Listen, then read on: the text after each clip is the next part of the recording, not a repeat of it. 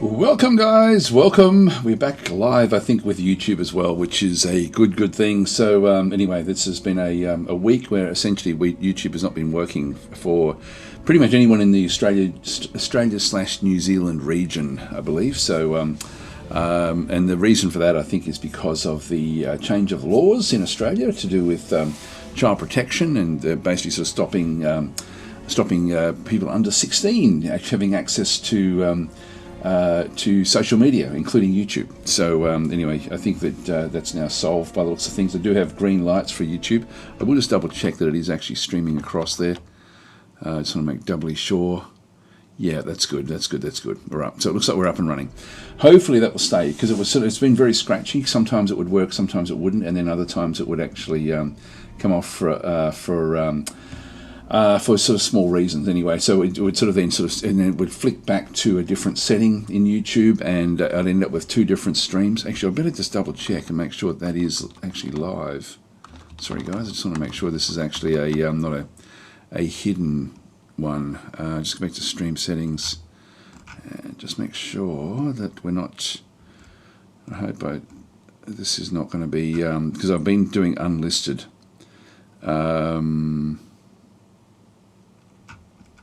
Been doing unlisted for a little while. Oh, there we go. We've got viewers in there. Okay, so it's just kicking up now. Right, that's fine. So it looks like we're live and public, which is good. I've sort of been setting some of the streams now to unlisted or private, basically, just to try to, when I was trying to solve whatever the problem actually was.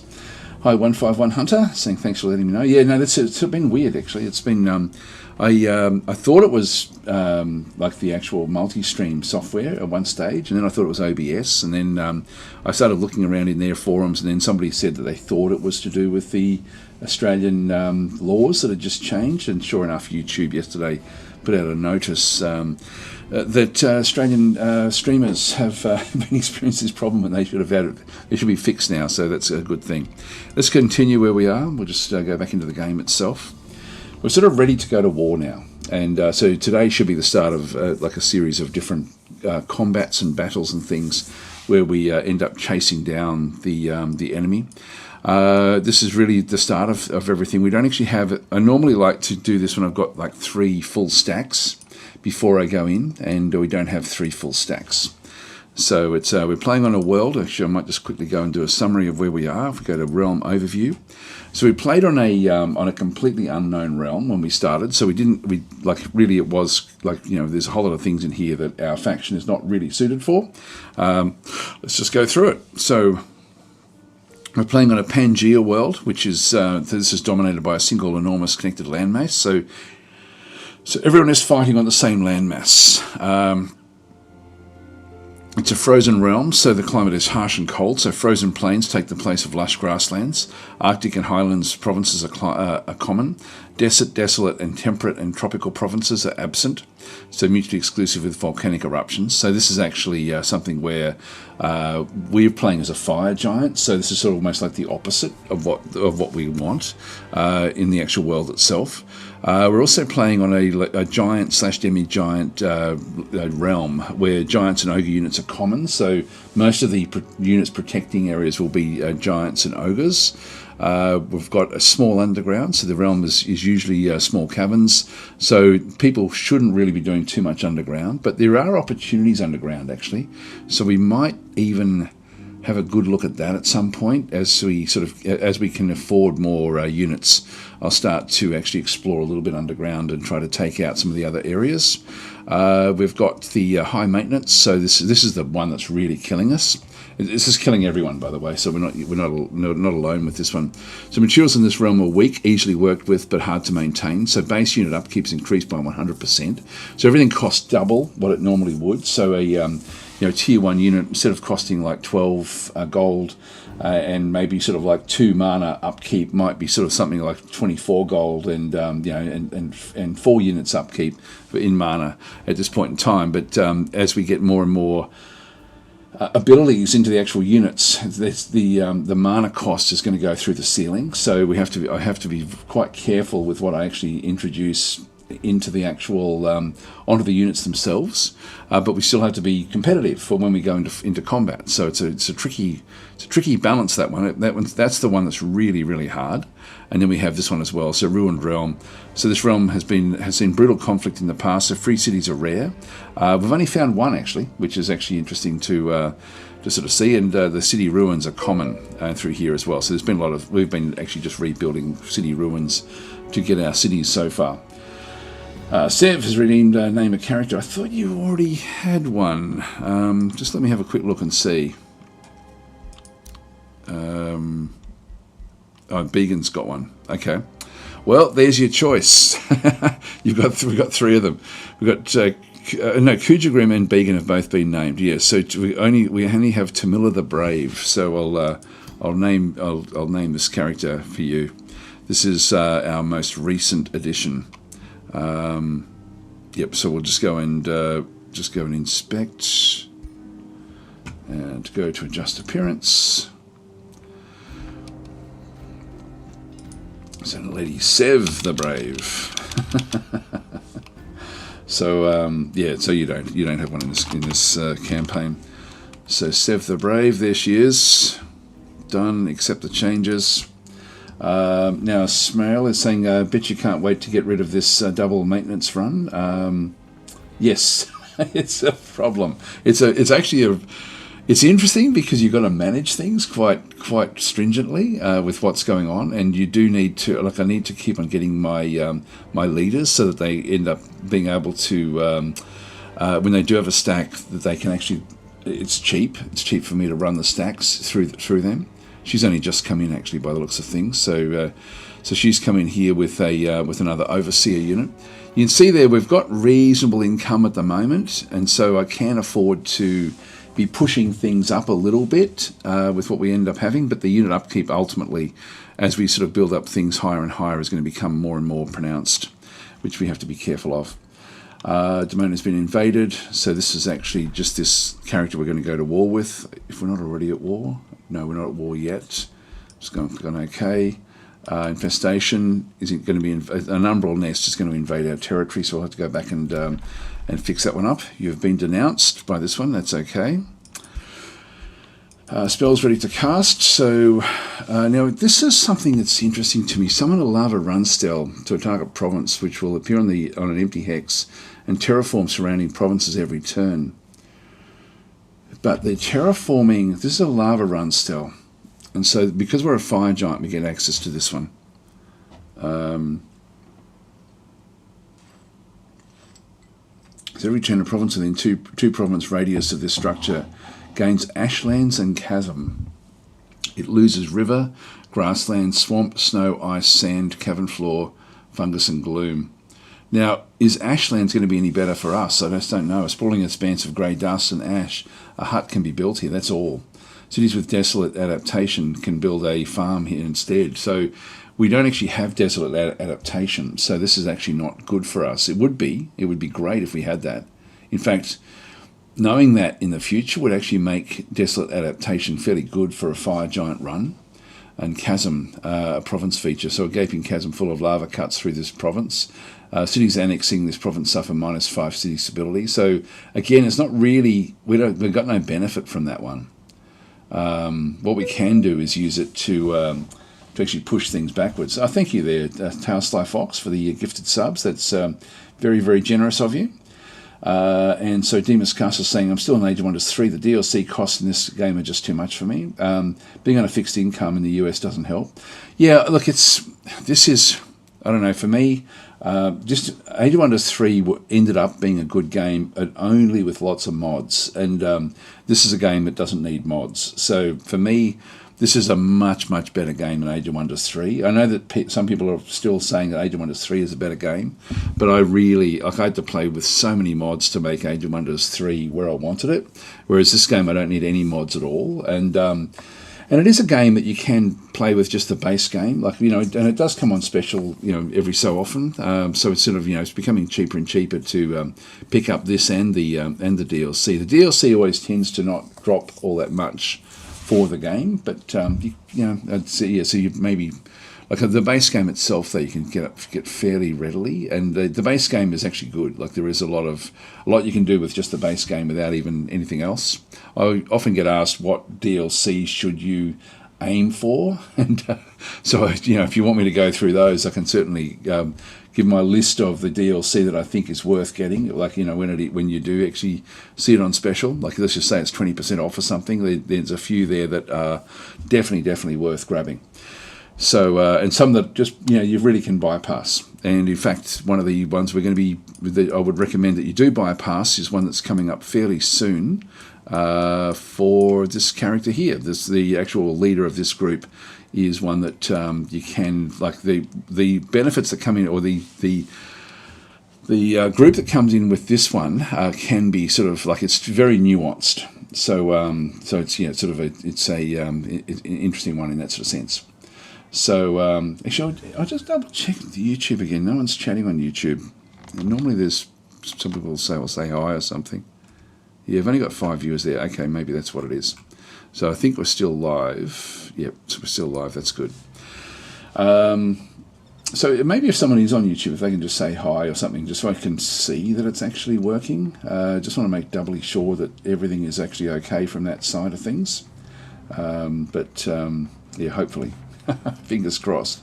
So availability thing, I picked up Giant, Ways of War, Archon on sale, but didn't get the Vampire one. Yeah, that's fair. Like the Vampire one has only just come out, so and that's a good one as well. But yeah, they're very, very good. There we go. Tails the kitty is saying hi. Thank you for that. Right, so I know that at least we're running on YouTube there. Yeah, I've got YouTube in as a separate chat, but there is actually a way now, I think, for me to sort of combine the two chats, but I think I just run them as two separate chats, and it seems to sort of work.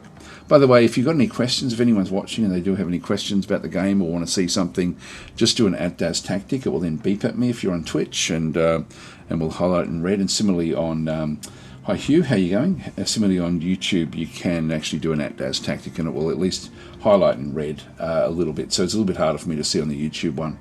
Anyway, let's continue on through. So we've got our 2 stacks in through here. We'll come back to them, and we've got an overseer now that's just come back in through this other side. There should be another stack somewhere else. I thought there was a start of a 3rd stack. Yeah, we've got a few different groups in through here. We're starting to pick up bigger units. We're sort of late-ish in the game here, which is sort of unusual. I'm just going to go in and enable road building, and just I need to bring the roads down towards. Now you can see down through there. This one actually, there is already a road, I think, that runs down that way, but I think I'll just bring it straight through the guts here.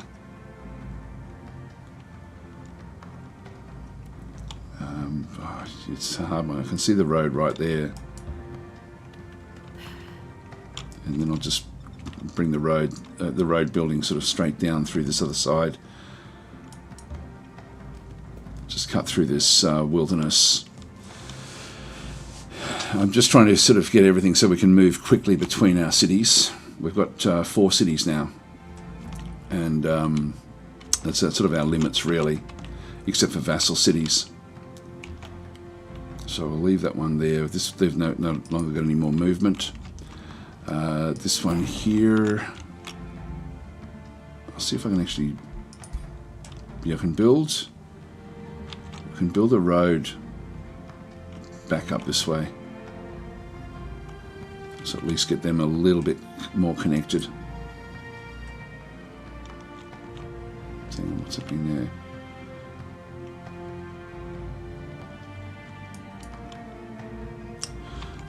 Wants to go across the mountain.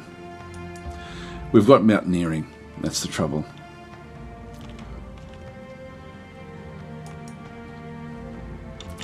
Go across the mountain there as well. Where's the mountain?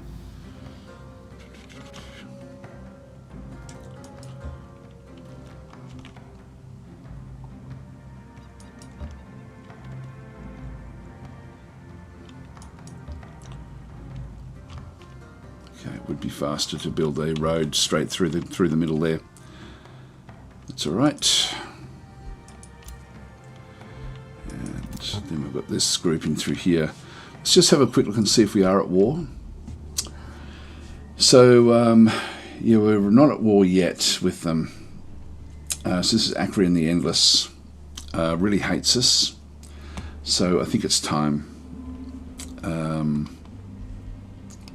Yep, so this is a Wizard King, and it's a race is Void Seekers. These are Ratlings, essentially, so, and they've got magical wards as their minor transformation. The Keeper is Acre the Endless. This is one of the DLCs that came in where they were sort of more connected with the Umbral realm, which we don't have on this map. So they're quite nuanced. This is probably the least of the DLCs, is the one that I would probably least recommend. It's still good, but it's just very, very nuanced. So not really. It's a menacing Wizard King. Well, it sort of looks it, but it shouldn't really be too much of a trouble for us, I don't think. Strategist Warlord. Yeah, this is a blah blah blah, and through there. Interested in. So this is interested in Tranquility Pools, gold, of course. Actually, I haven't seen this before. This is interesting. Astral Dew. Locations and Blood Glass. Now these are all stuff that we actually have. Threat level feels threatened. This ruler feels threatened by your empire, which affects your relations with them by -400. Also makes trading with them more costly. So in this case, I think we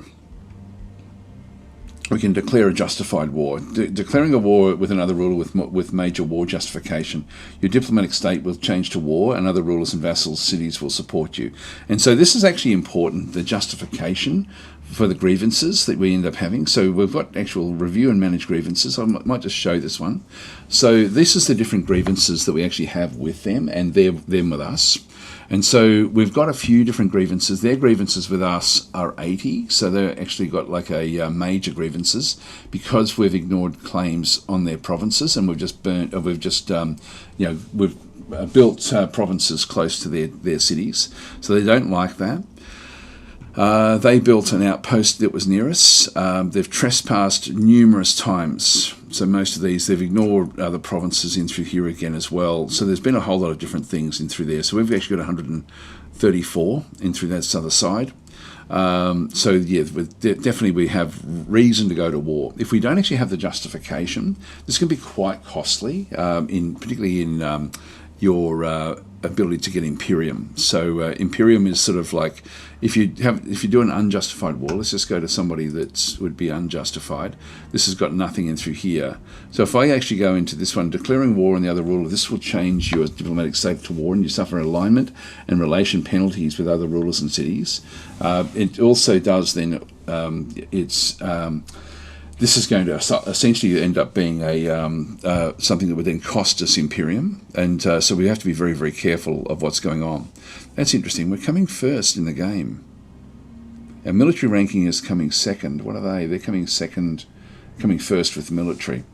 All right, that's interesting. If we go back and have a look at this one's coming fourth, they're 5, and their military ranking is 5 of 5. So they're really not like, we're sort of we're dominating in that side of things pretty much. So we shouldn't have too much trouble with them. Just have a quick look at this one. This one here we are quite friendly with, and this is also a justified war. We have a slight justification through here, but not much.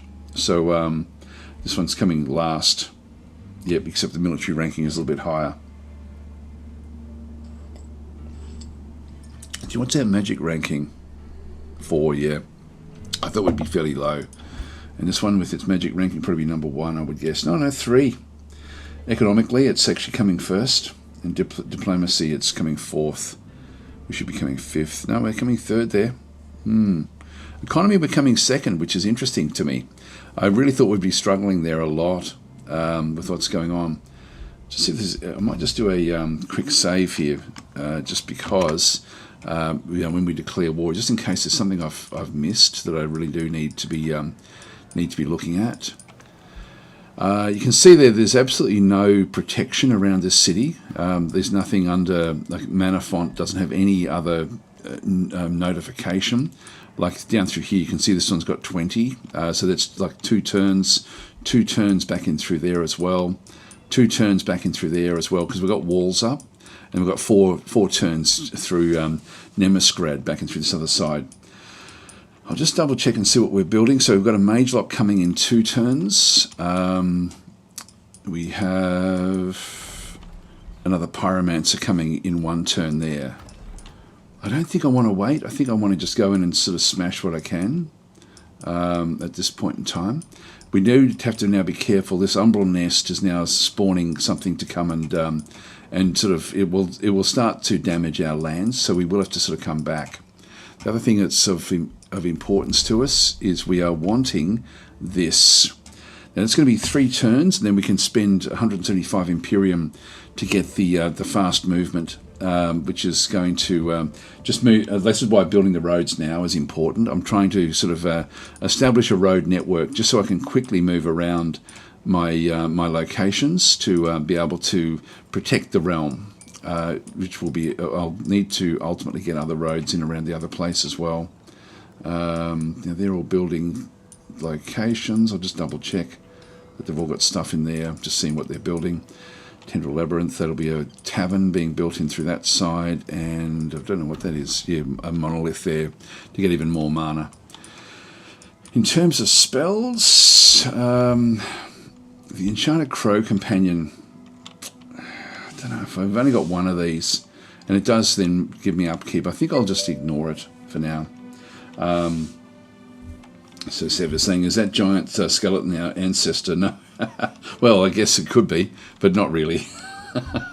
The giant has come in, like we're essentially a Wizard King giant, which is so we've come to invade this realm. So we're not actually native to this particular land. The actual faction, actually I haven't shown the faction we're playing now. Joy Siphoners. We've already got Joy Siphoners on with what we do. So we're going to be causing lots and lots of morale hits when we do come back into the attack. I should actually show again who we are. The easiest way to do that is just through diplomacy. So we've got the Fire Giant King in through this other side. So essentially, starting as a Fire Giant, you end up with the your Wizard Tower item forge. So that allows us to build to forge items straight away. Now we do need to do this, but we're not quite ready for it just yet.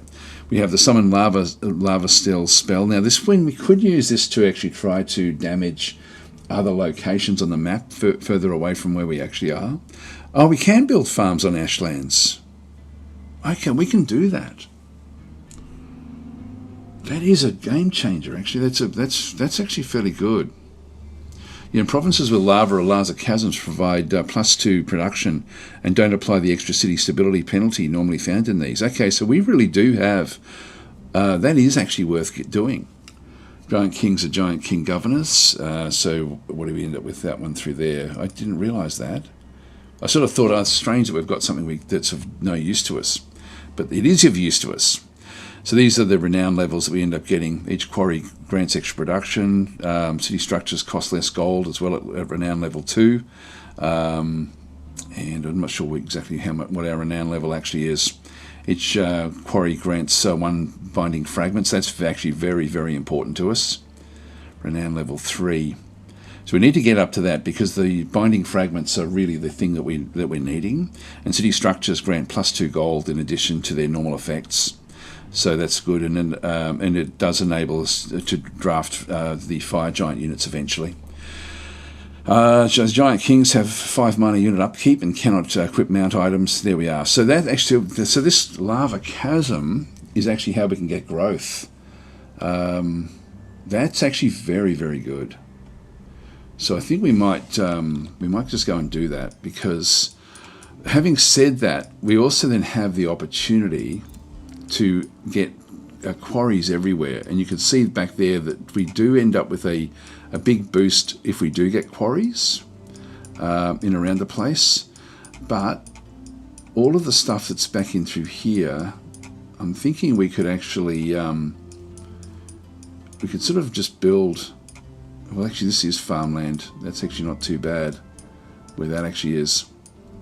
But this is pretty useless. I might go and throw one out here.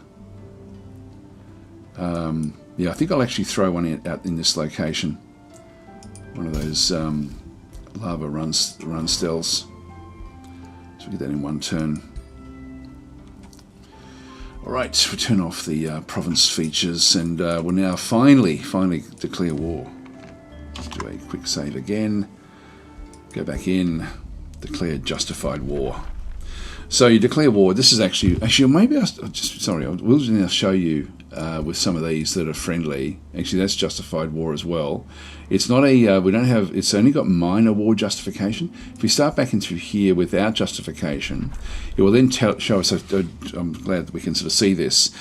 So what happens is grievance awarded to non-allied rulers is going to be 10. So people will then have a grievance against us. This is actually pretty cool in this game, I've got to say. And then we have relations with vassal cities goes down by -25 for 20 turns. The allegiance with vassal cities is -10, so we lose. If we got vassal cities, they will go backwards. Relation with non-vassal cities also goes backwards. Our alignment becomes more evil. I thought there was something where we ended up taking a hit to our... maybe they took that... Oh, here we go. Imperium income in relations with other non-allied rulers will suffer heavily. So, yeah, the Imperium income. Now, it doesn't tell us exactly what that is. It may be a percentage or something, but it's anyway, it does actually really affect Imperium, which is actually the worst thing about it. So that's actually what we don't want. If we go to a minor justification and so declare justified war in through here, may affect along with your alignment in Imperium. We should still be losing a little bit of Imperium, but it's not too bad. I'll just abort that one. But this one here, we do have like fully justified war. So if we declare war against this one through here, you declare war of Akron depending on your war justification balance related here. So we're not going to have any problem with Imperium with any of this sort of stuff. So we've got our war justification. The balance is 55, so making it a major justification to do this. Relation with other rulers will go up, so plus 200. So the other two rulers will support this war, which is actually good for 20 turns. Vassal cities, we don't have any, so that won't anything. There's no penalties from breaking truces.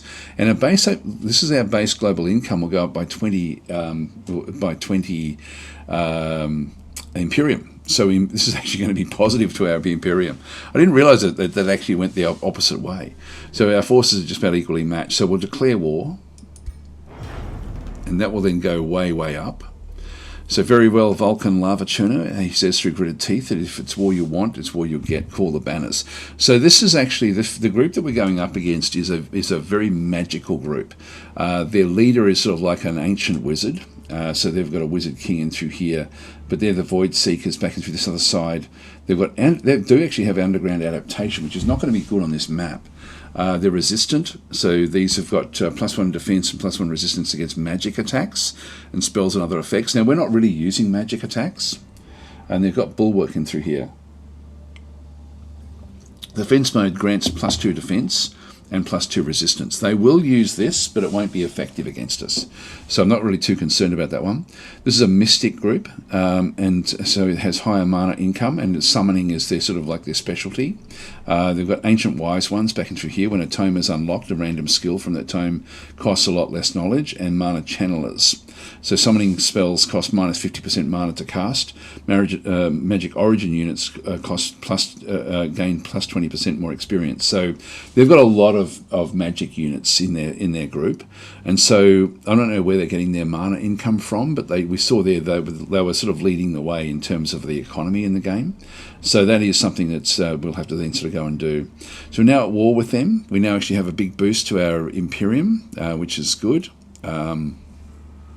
So if we get, this is quite nuanced actually, the way that this now works with the war justification, which is a good reason then to sort of spend gold, etc., to actually end up picking up different bits and pieces. I might just quickly go, I'll just say goodbye to him here, and we will then have a quick look. And so this is going to then impact our relationship with all of these.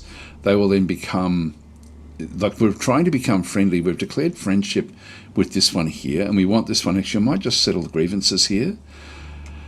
And so greetings, so we can actually go and settle these. This is a trade value of 100, and I can just go and so sell grievance, or I can forgive the transgression. This will actually then be an act of good, which I don't want to be doing, so I do want to just settle the grievances there for 100 gold. So we'll just do that one. That then puts us back purely at peace.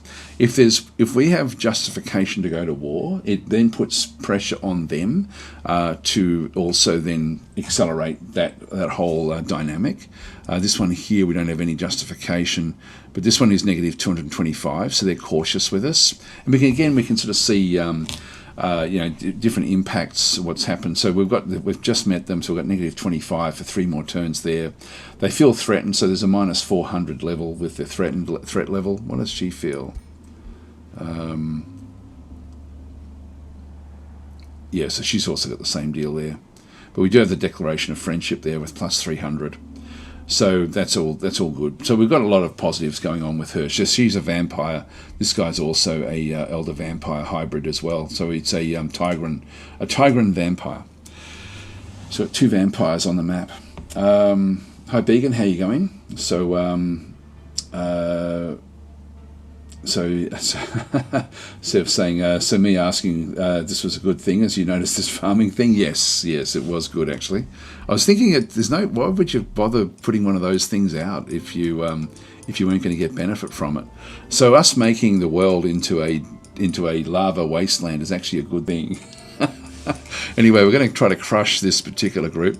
We've only got 2 stacks coming in, so we've got this is Began back in with this particular force, mainly of just tier 1s in through this other side, along with a new mage lock tier 2 unit, which we haven't used yet in the game, and we've then got our actual giant as well, and he's coming in with Kujagrim in with his stack, another mage lock in through there. We do actually have an overseer, and as well as a few other different forces. I wish you would cycle through the different groups. There's a 3rd group somewhere, which I'm thinking is this one here. Yeah, this one here can still just keep on moving off. So I want to just get close to see what these guys are up to. So I was just going to go and sort of zip across, probably sort of try to stay in some mountains somewhere and just keep an eye on any enemy movements from their cities and along this road that comes down into their territory. So there's sort of in this little peninsula, if I sort of zoom back out, there's looks like there's a peninsula down through this other side somewhere, and so I'm guessing that they're all back that way. So we'll settle Manafont first, and then we'll actually go after the others.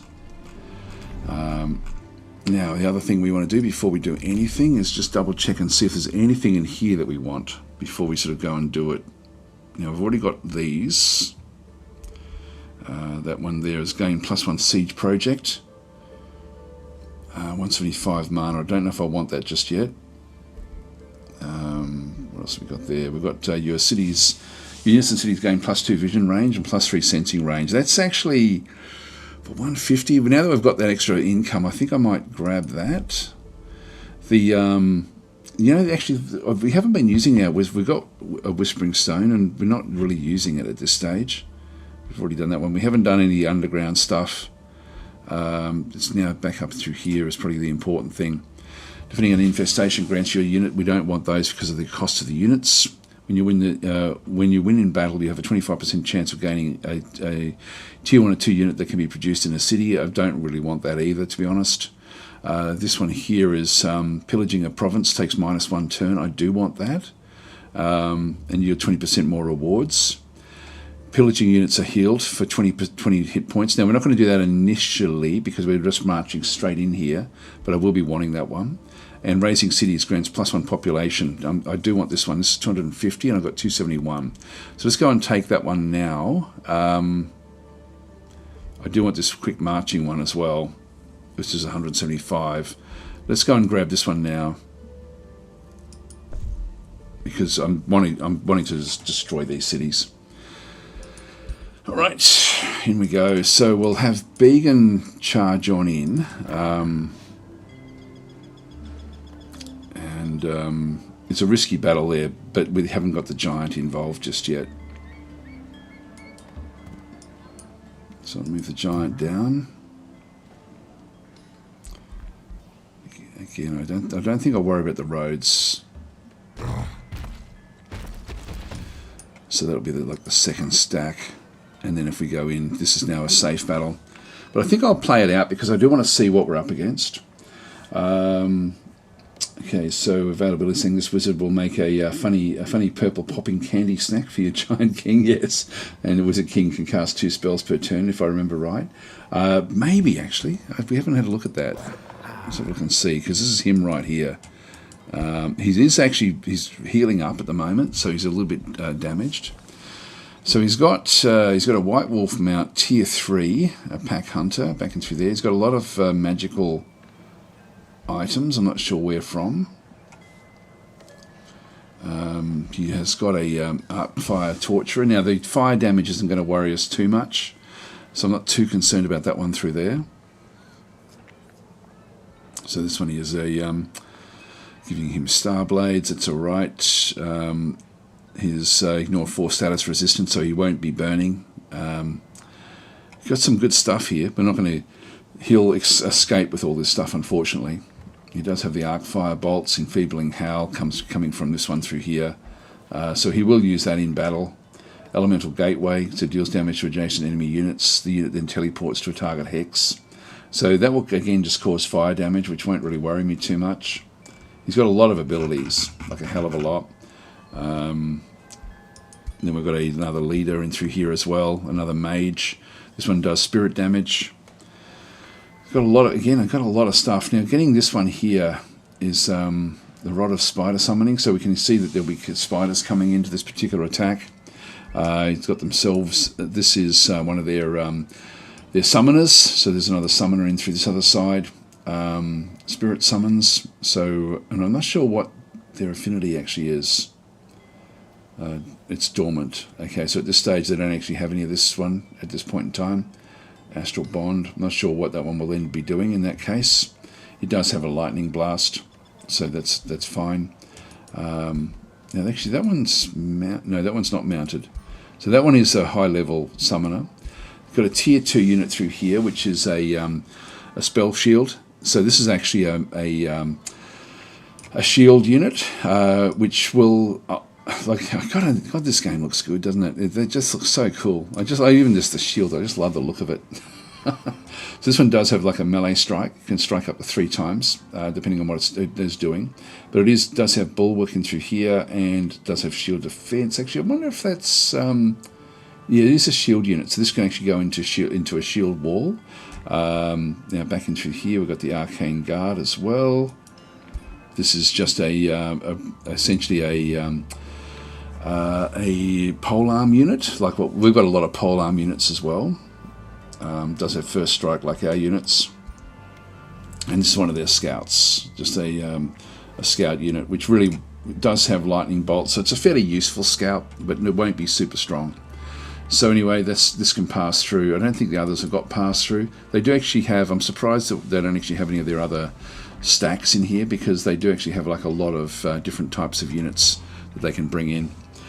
Alright, let's go in. We'll go in with Began and do the attack. Alright, here we go. So we'll just do this one manually.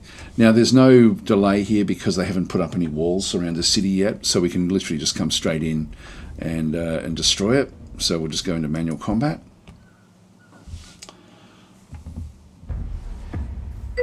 So Demon's Castle saying, I tend to go for the Paladin Holy Knight archetypes in games like this. Yeah, it's sort of, and that's, Archons are really suited for that.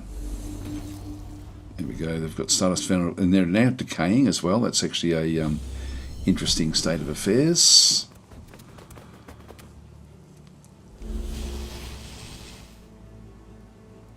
Now decaying is actually something we don't want to have happen. They've spawned in a group of warhounds which are fairly weak. Let's have a look and see what that actually does do. So the like if we just go back in and click on the mercenary, decaying times 2 for 3 turns. So this sustains 3 blight damage each turn.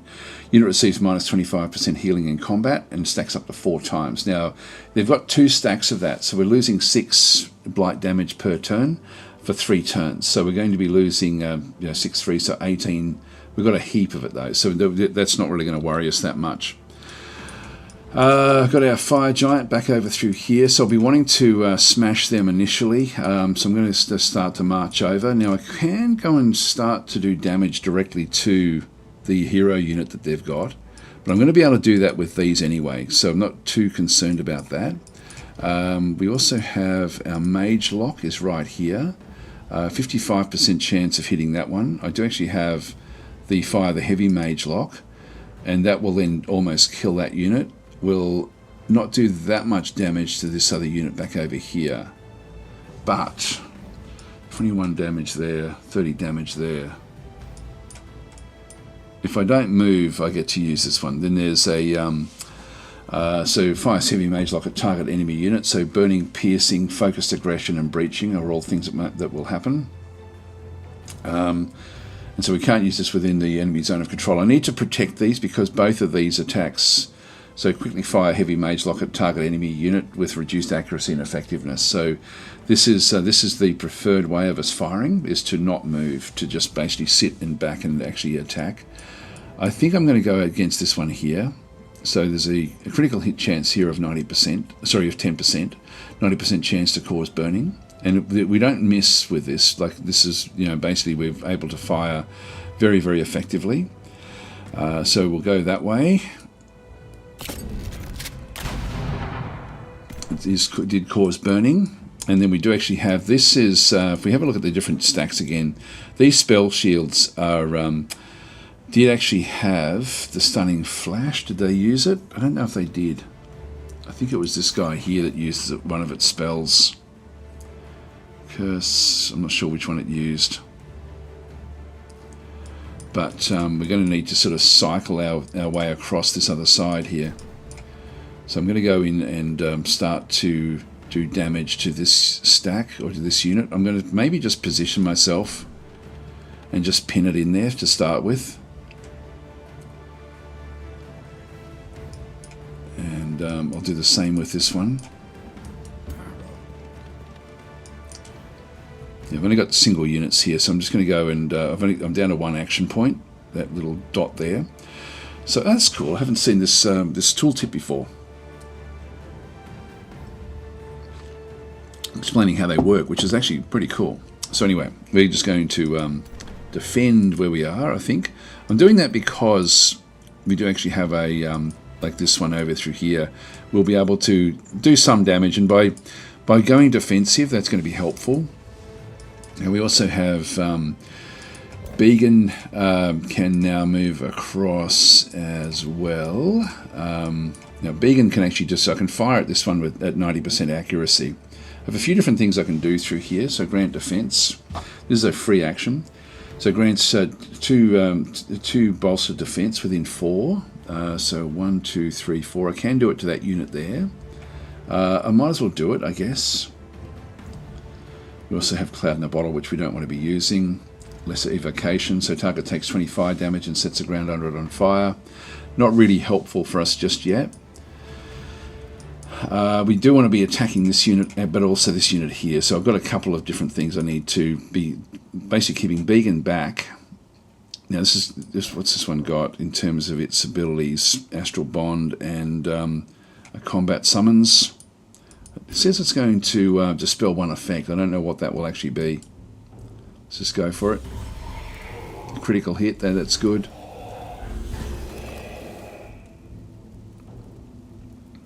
Yeah, Astral Bond was removed there in the end. So that's actually now very, very close to being killed. So I'm just going to go back across now and smack this one. Nothing should be able to break through the middle here easily, but I will just go to here. Got 2 actions, and that will then kill this one off. And this one here is on fire. So we actually have, this one is Sundered Resistance, so its resistances are down. Status Vulnerability, so stacks up to 2 times. Burning, so it does cause 4 fire damage each turn. And Tormented, so when this unit is used, it sustains frost damage. Yeah, that's okay. Let's just go and now this one here can reach no one if I go to there.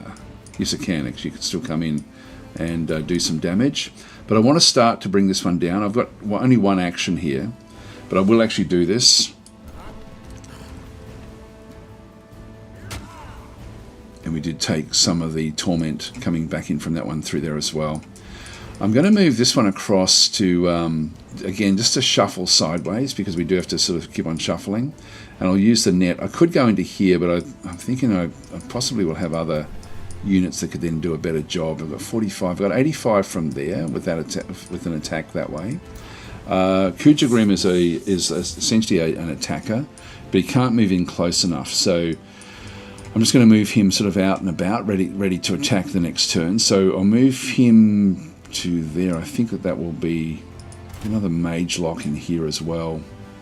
I'm not going to quite get the ability. I may get it from there if I do move Kujagrim out to this location.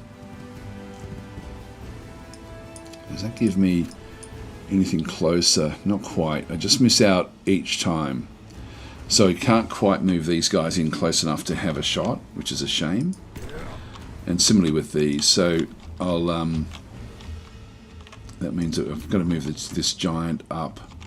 Now the giant, I wanted to sort of get close into the action, probably take out these guys in here. So I'll hit them with this massive flame. So I've got to be careful that I don't do friendly fire here, but I can do that and actually do a lot of damage to all of them.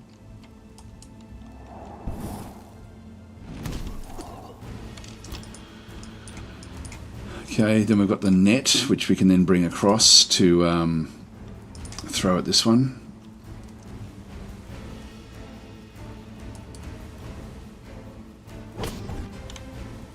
It resisted the immobilization. This is where its defenses are really quite good. The Overseer I can move into here with a 95% attack. This one actually is going to be doing only 10 damage, but it will blind it, or hopefully blind it. So let's just see if we can actually affect that. The others really can't move up and do anything, so I'll just move them up towards the fight.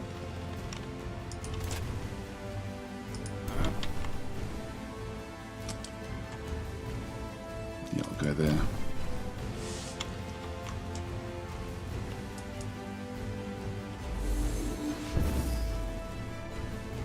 And resisted going blind. It has been marked, which does make it then easier for me to hit it in subsequent turns. So it's not blind. It's down to limited attacks. It can still do this enfeebling howl, which has got a 2-hex cone if it does use it. So it can actually enfeeble both of these if it needs to, which I won't worry too much about. All the other bits and pieces, it can use the quick stab, and yeah, the attacker dies upon the first strike, so it really won't do that. So it's pretty much stuck because its hit points is so low. This guy will get a retaliation strike. So its only real chance is to bring this unit down to actually to get the retaliation strike to go against this one here, which will then free up this one to then move away. But at the moment it can't afford to move away because it's going to end up dying. So it can't afford to even attack at this point in time. That will change if they can make this one. If they can make this one act, they could also do it from here as well. This one can actually rush across and just and get the retaliation strike away from this particular unit. So this unit does have one retaliation strike. If it does move, both of these will then get a shot. These ones here will still be able to do some damage, but it won't be all that damaging. So all of our units have now moved. We'll just end our turn. We'll see how they actually get out of this predicament.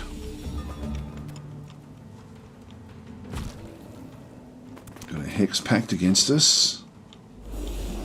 And now they can do more damage.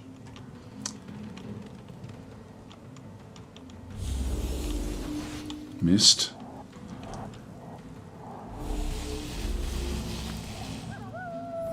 Yep, that's the only thing you could really do.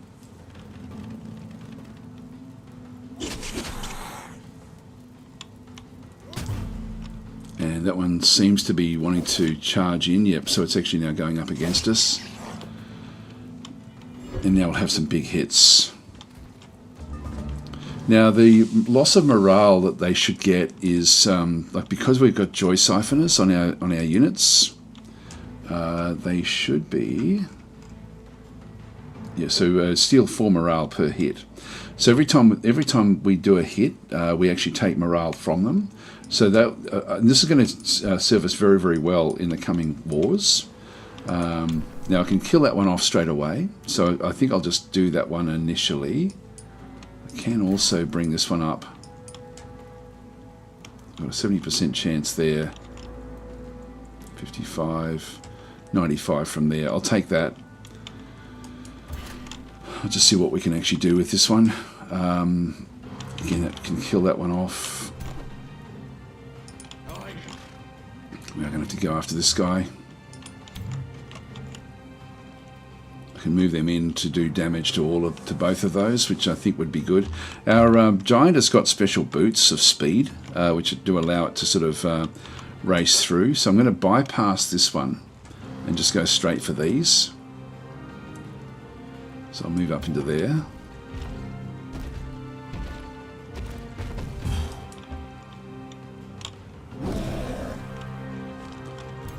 They've been flanked. Kujagrim can take this one on.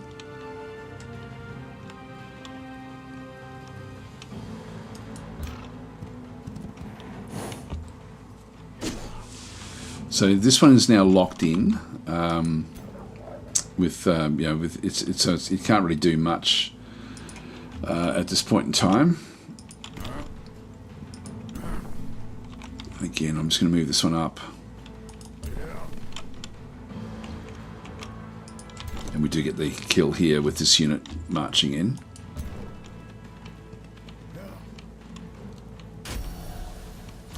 Oh, must have the escape slip away. It's got slip away, meaning that once it gets down to 0 hit points, it will then have like 20 hit points will then come back, or it's got 15 in this case.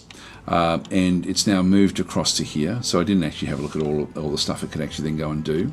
So we just need to finish it off, which really won't be a problem. We now actually have this one back into here, can still go and do certain attacks, including a little bit of damage there. This one here can actually go and finish it off itself, so I think we'll just do it this way.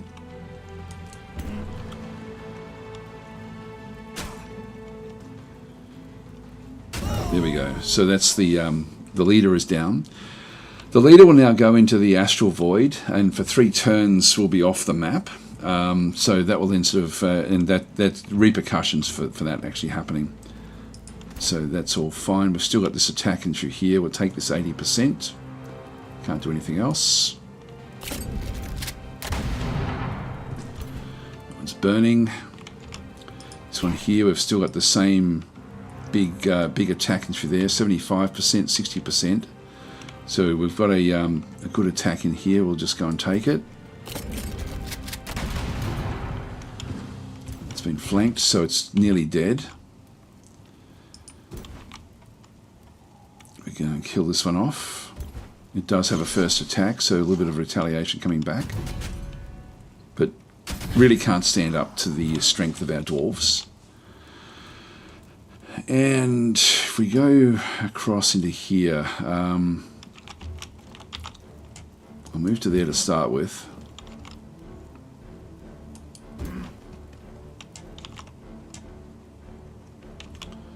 These will be able to do a lot of damage themselves. Done them. Now Began can also move up a little bit. Now he's got 2 shots from there at 65, 25, 65 there up top there, so I'll take that. So we'll use the spirit bolts from Began. Okay, and then these guys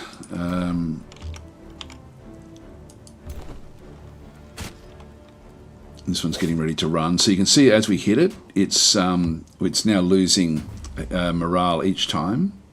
I should show that actually. This is very, very close to wanting to charge away from here.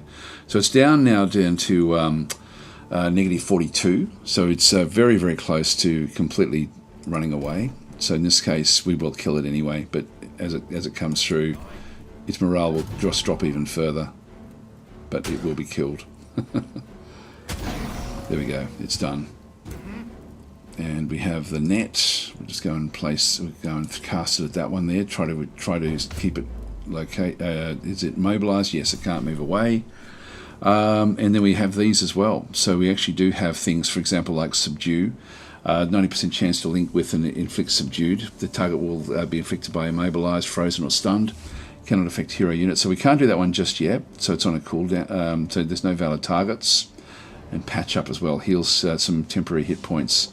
No valid targets just yet. And close enough. I don't know why that one's not. Anyway, we've got this attack. Now, did constricting work? No, it didn't. It did blind it though, so it can no longer really use its. It can still do this, but it will be a lot less effective. Now we're doing this one so easily. I don't think we need to cast any spells, so let's not bother with that. Let's just end our turn. Yeah, so Sev is saying, so you're fighting magical focus Skavens here, pretty much.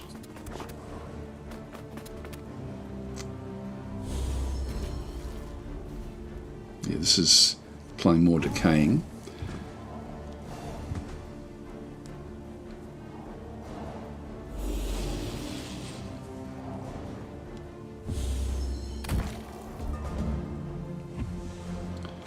It's now lost its immobilization.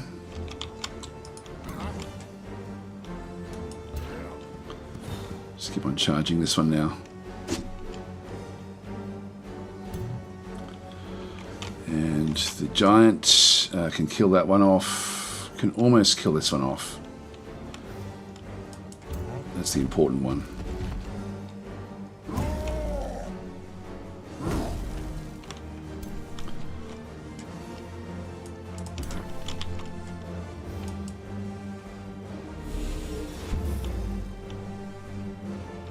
It's been constricted, which means it can't move. Again, quite a useful little thing for us. This one here, I'll just move on up and work on that one.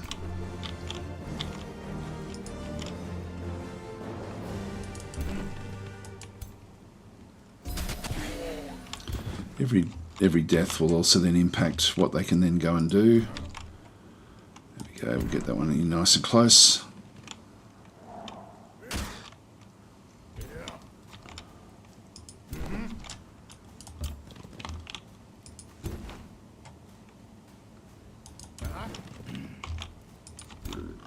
Beacon can come on up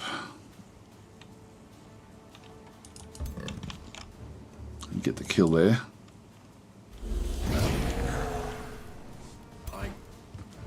So its morale is now dropped to very, very low at the back there. It should run straight away, basically.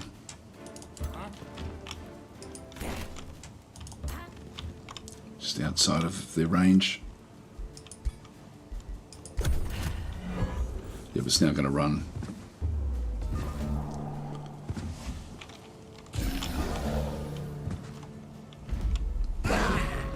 And it burnt away in the end. So they all got killed, which is good. So that's all working nicely. Hi Guy Bellaby, how you going? And Tails the kitty is smiling again. That's good. So I'm just wary of. I've still got green lights with YouTube, so that's a good sign. I'm assuming that YouTube fixed the problem, which is good. Okay, so we now have the victory there. That was, we took a little bit of damage there, just from the initial, spell casting and so on and so forth, but that's all good. So we've got the Weeding Orb, which we don't really need, and a Warg Mount, which is only tier 1. But we do need a mount. We're actually missing a mount, so we'll take the reward. We'll actually open up the hero screen. And we can't use the mount on that unit. Actually, we've got a couple there.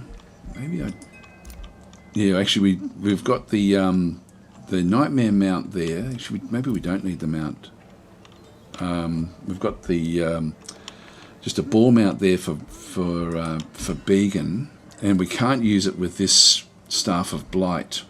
Now, she's a battle saint. This is Sev the Brave, which means we can use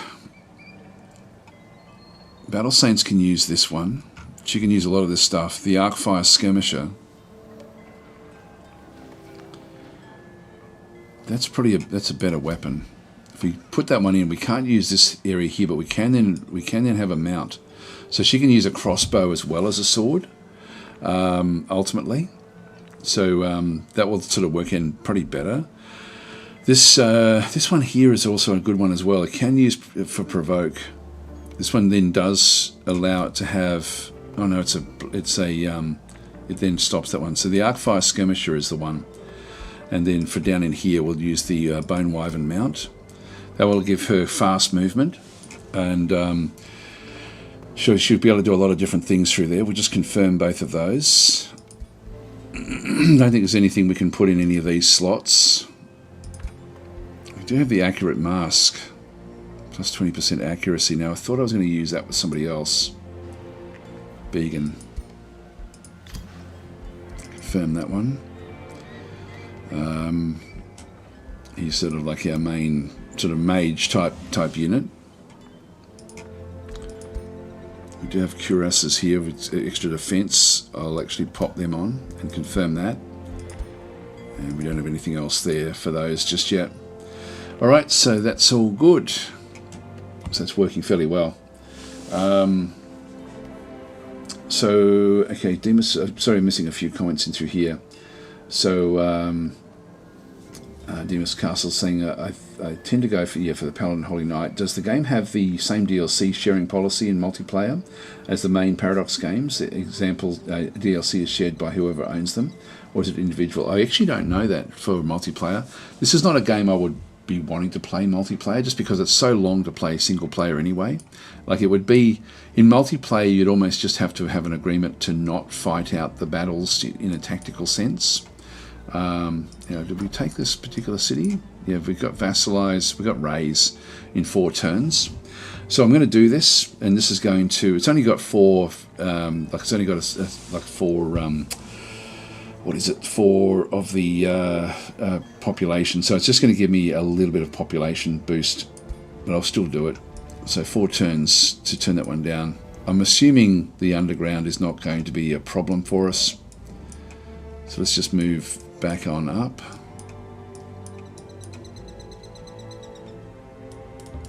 Let's move back onto there, and we'll start to now move out towards this other location. Again, I'll just do any sort of, it's not going to cost me anything there to just so we've already got roads up this way. We'll just keep on bringing them up. Oh, hang on, for whatever reason it sort of doesn't want to do it. Let's just get roads all the way through here.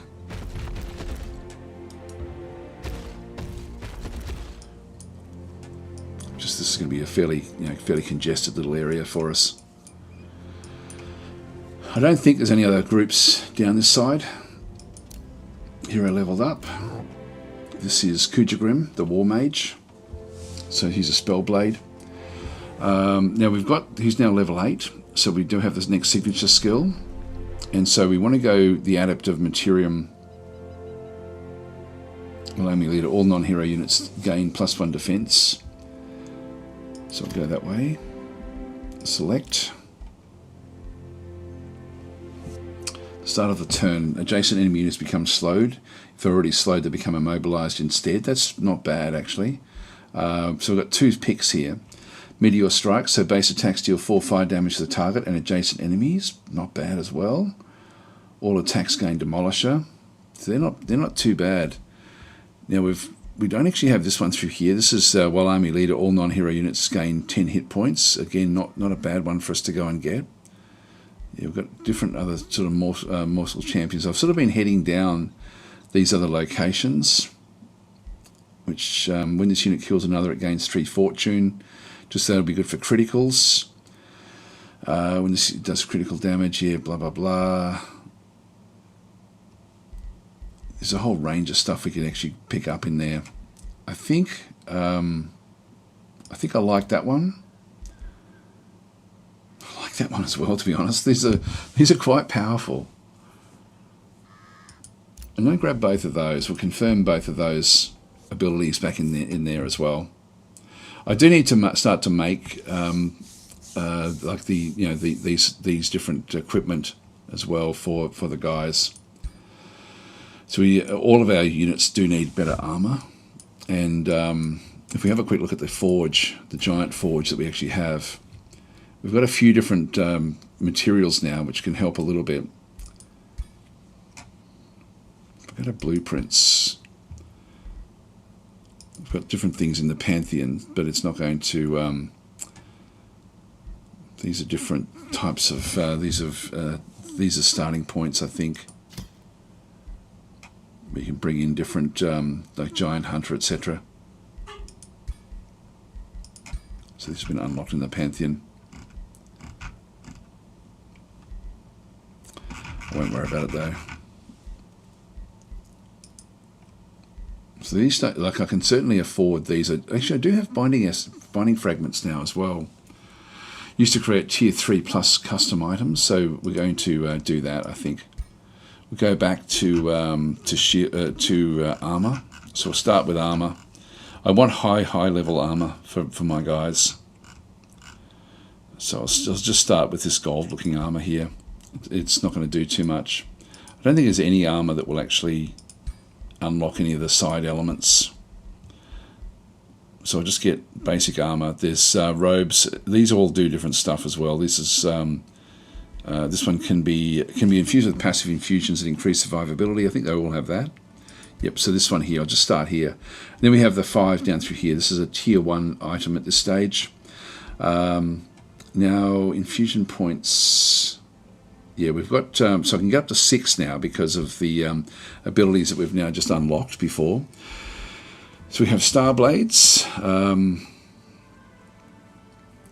So when a friendly spell is cast, this unit's base attacks gain +1 damage based on the affinity of the spell. I'm not going to worry about that one. Life Drinker.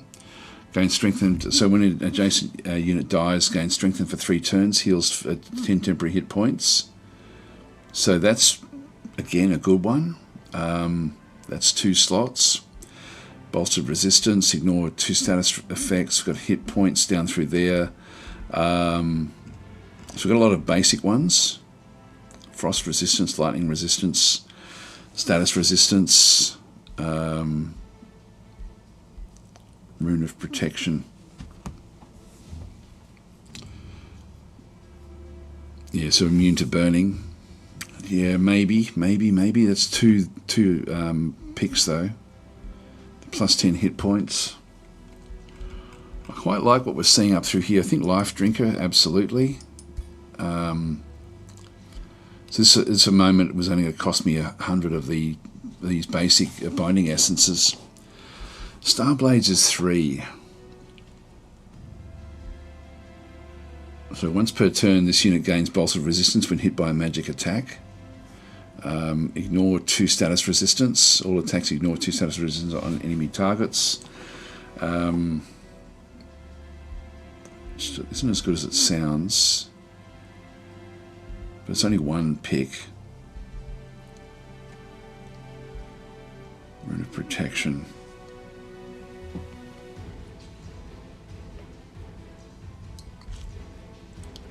The extra hit points again for 2 picks is not really enough. The extra resistance. This is resistance against non-physical damage. That's a good one. And actually, if it's got damage as well, like if I've only got +1 defense. That one comes from the Tranquility Pool. There'll be other things we could actually pick up here, like some of these other. Which one would it be? One of these, I think. Arcanium Ore. Your physical defense. If we could find Arcanium Ore, we'd actually end up being able to get even better defense. I'll pick up that one. That's now 3 of 6. We're now at a tier 2 item, and it's now requiring 165. Just go back into here. +10 magic damage. Ignore 2 status resistance. It's not going to worry us too much there. Bolstered once per turn when hit by a magic attack. Starblades. This one, coming back to this one here. So it does give us +1 damage based on the type of the affinity of the spell. Yeah, look, I'll grab it. I think that's now all of them, and this one now is going to cost me 150 of these to go and do that one. So this is a chest plate of leeching, 4 turns. I will actually forge this one, so we actually have picked up the binding fragments. We don't have any income for these, so we've just picked up them along the way. Let's just go and forge this one. So 4 turns to actually get that particular one. We'll close that one off. And we have a lot of units that require chest plates and things, so I might just get some cheap ones as well as we sort of do things. The ruler has withdrawn into the astral void, and we've captured. This one is now inside our dungeon, so we'll just leave it there. Produce another pyromancer.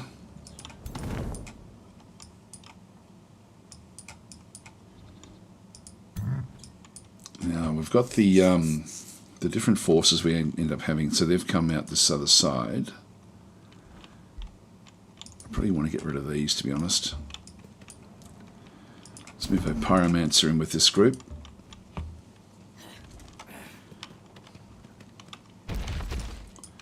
Armies have merged. They can't move anywhere. That one can't move anywhere either. They're finished as well. We end our turn. Okay, so we'll see how things go. I don't think I've got any armies that are close enough to cause any big issues for us, but we'll now go after this one. This will just take 2 turns to destroy this city. Here they come.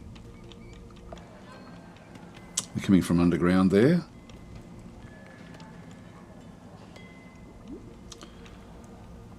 And they're raiding our territory. 2 turns to claim that one. That's weird. That's really been stretched, hasn't it? On the side there, like that. That's quite funny. Yeah.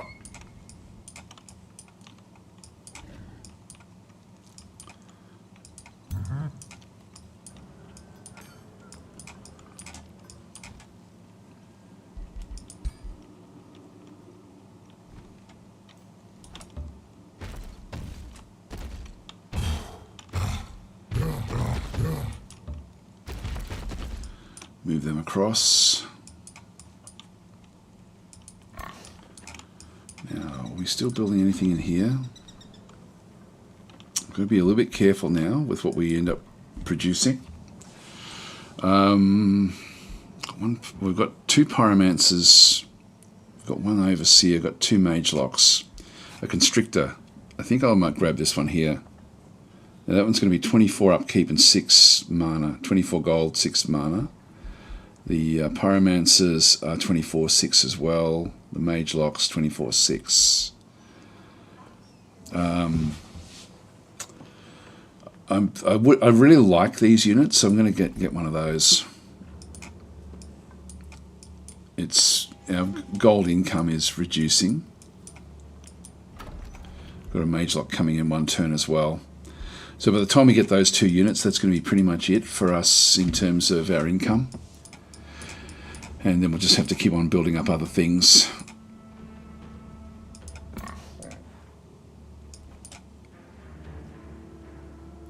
So move these up. They're all healed up now.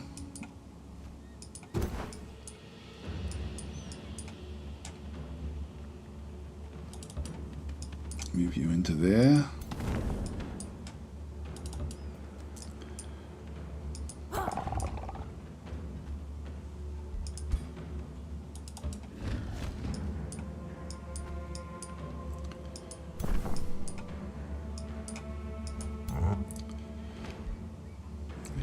Grim can move off into that stack. I'll just do that. So he's now in charge of that little group. Then we can just move this one across into here. Now I've got too many of these, so we'll have to sort of split them up when we go into combat. So they'll be there for a couple of turns, and we should be there across there ourselves very, very soon. So we're now moving down that way. Province is being pillaged. Message received.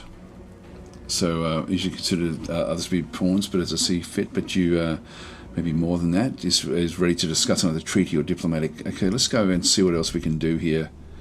So we can make different pronouncements. Like she's become trusting, and now why is that unjust? What's happening there? Oh, okay. There's a fabricated grievance there. Pay for it? Nah. Look, I do want an ally. So even though she's coming last, I think it would be useful to have somebody that's actually is an ally. But I don't think I'll do anything with that grievance just yet. So somebody's actually fabricated that one. Just go back out, negotiate. So we've got the Wizard's Bond and through here. So both rulers agree to a Wizard's Bond to improve empire relations and access new treaties in diplomatic states. This is a good one.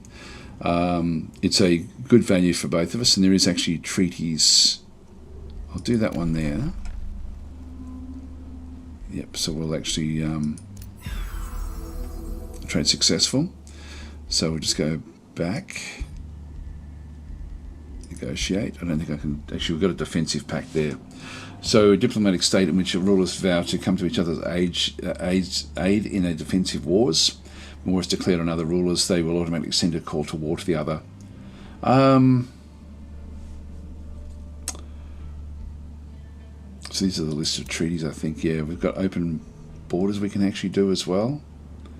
Province Claiming Pact. Open borders. Yeah, I won't do that one just yet.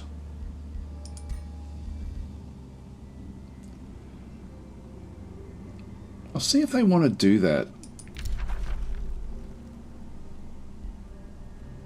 Another 50 gold for that one there. Yeah, look, it'll set up a bit of a block. If they end up at war, then yeah, that will be interesting, I guess. But they are coming last in the game. Maybe not. Let's not do it at this stage. That's her sort of vampire tower down the bottom there. So it's a fair way away from where we are. This guy here is the one that we need to be destroying. Yeah, what did we get? Oh, okay. Magic Origin. No, we don't actually have any of those. And we did just pick up these as well. Throne City and cities that share a border with the Throne City gain plus 10%. That's actually very good. Just need to get our money up for this to sort of happen. Close that one off. Okay, we now have the lava runs still. We'll just go and place that one back in here somewhere. Place it here.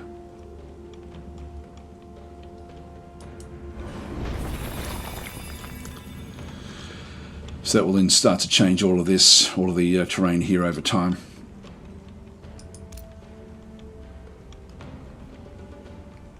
Yep, every turn that'll just change things around a little bit. That's okay. So we can now gain another province.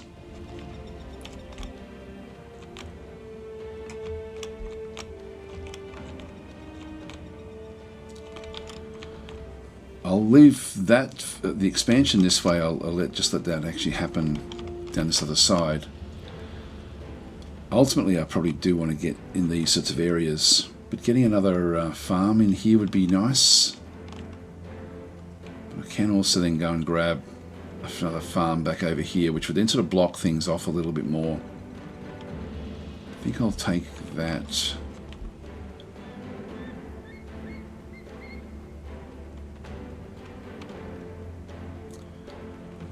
Just can't quite get out to annex that one just yet. I thought I'd be able to.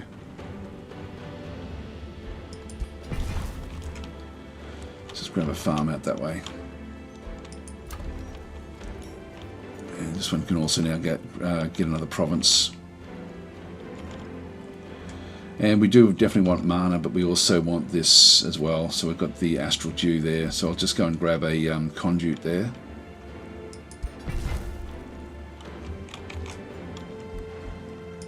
Astral Dew has now been acquired. We now have 2 of those.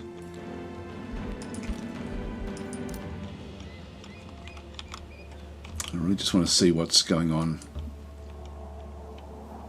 in this region. Just see if we can spot what's happening back over here.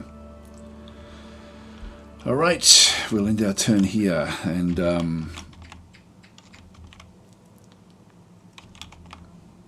don't think we'll be there next turn, but we may be able to.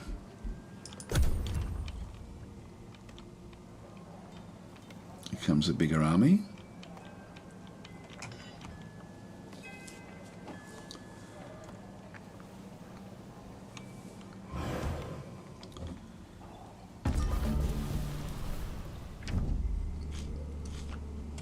Now met the fourth player.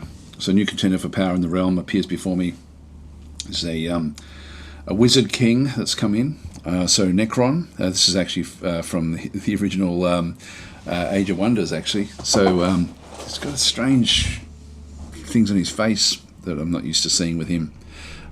He's actually quite happy. So how do you greet Necron the Risen?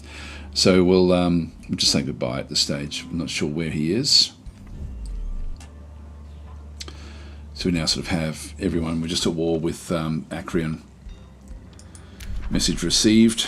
So promising, yeah, blah, blah, blah. It's improved relations. So she's making pronouncements, which is good. Empire development skill. So we now have 161. But we want this one in one turn. So this is actually where the movement points on roads become a lot faster. So we're just going to need to deal with that one. Now they've got one turn before they then destroy this area, and I can't quite do it. If I go and build a road, I still can't do it. So I can't get across to it. What I will do is come back up though.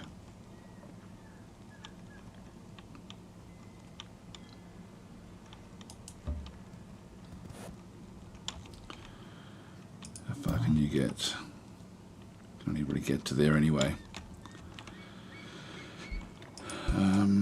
That one can get into that stack.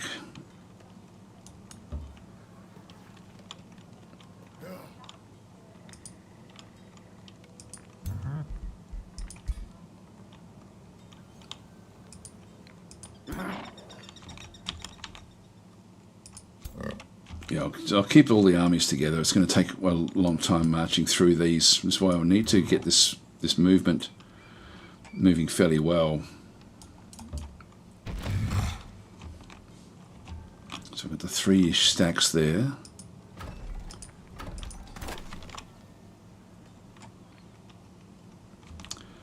Where can they get to? They can get out to here.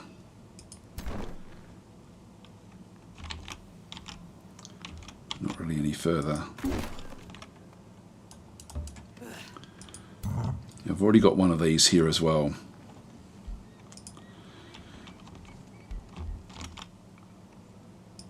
I've still got one turn before we get the constrictor there. So we're down to just plus 45. I don't think I'll build any more units now. I think we'll just deal with what we've got. So we produced the Mage Lock. We did produce the Tendril Labyrinth thing through here, which will give me a bit more income. Let's just go back across. The vendor, 4 turns to get gold income, we'll take that. The workshop, I might even queue that up as well.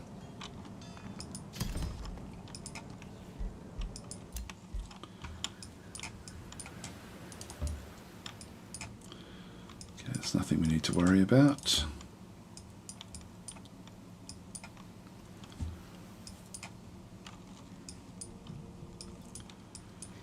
Don't know if I've been underground there. Yeah, I have. They've got an outpost down that way as well that they're building up. That's going to become another city. What else do we know about this? So we don't know where their capital city is, because it would have started underground here somewhere.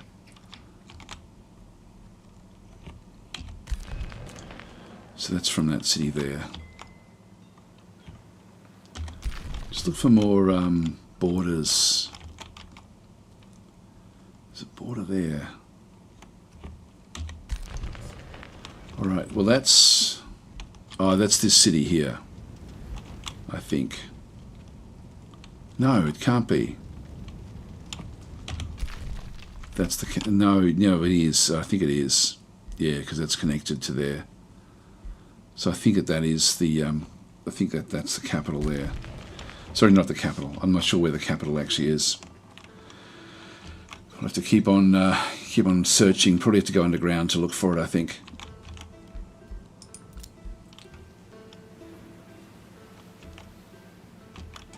I won't tempt fate down that way. I'll just move down here a little bit. And this army here is moving across to like destroy farms and stuff. I'm assuming.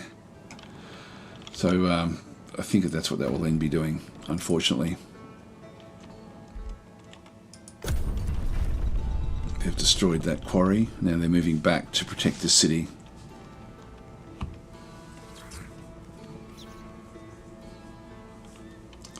That means I now have to spend money. It's not doing it yet. It may be moving to attack us, which would actually be ideal. That would be good. Message received. A wise ruler. Okay, she's improving relations all the time.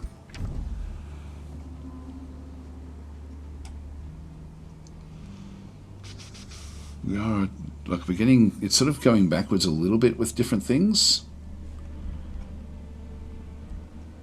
We're both evil. You know, maybe I will actually, I can make pronouncements, but they do cost me a little bit. Oh, hang on, no, I can't do anything there. Negotiate.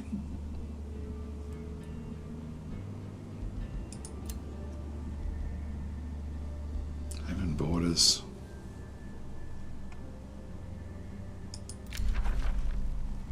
No, goodbye. I'll leave that alone. It's going to go up and down a little bit. Okay, so this worsens our relations by -50. Also gain a grievance against them. Okay, so they're actually sort of now being more aggressive.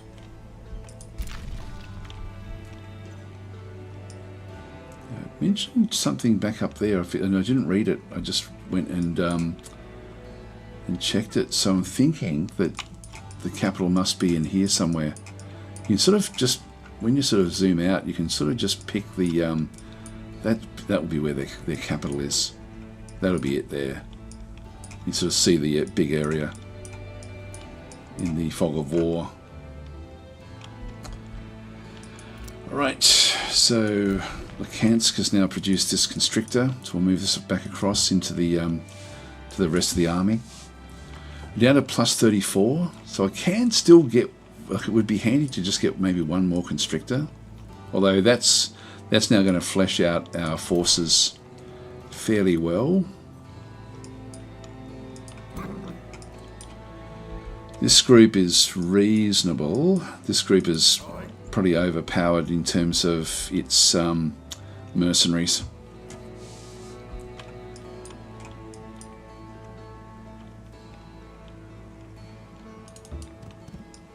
Just keep on coming across.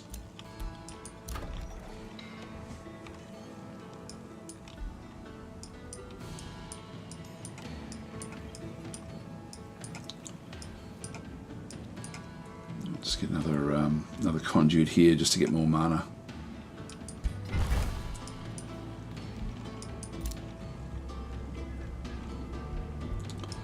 I'll repair that province. Okay, we've now got Seeker arrows. We'll select new research. This one does give me an extra range, which is going to be good.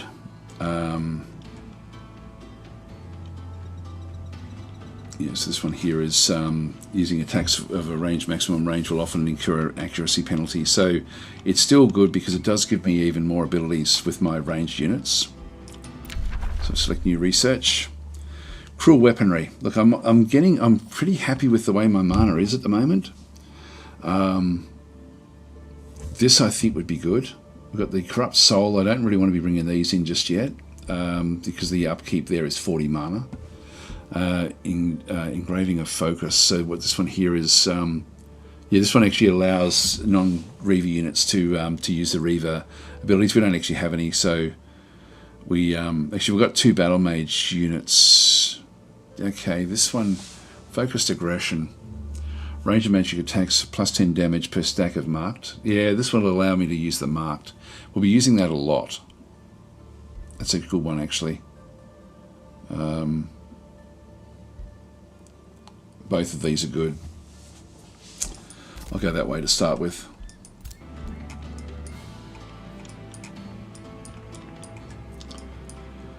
So with that one there. This one here I wanted to bring back in. I need to be establishing the attacks. Like, I need to actually start the siege.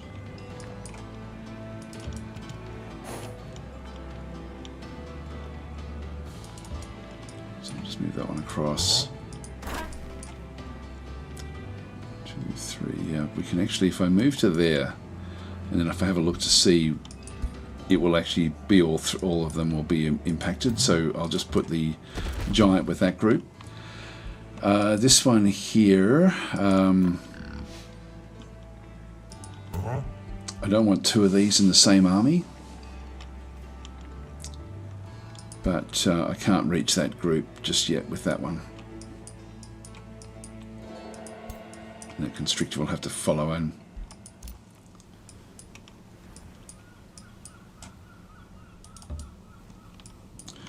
Okay, these are just wandering stacks and things, which I'm not going to worry about. Well, now that we know that the capital is way at the top of the map, I might just sort of start to head up that way with the scout. So production, back over through here again. The tavern, this one we do need to get the stability up. So I'll build that. And we'll end our turn here.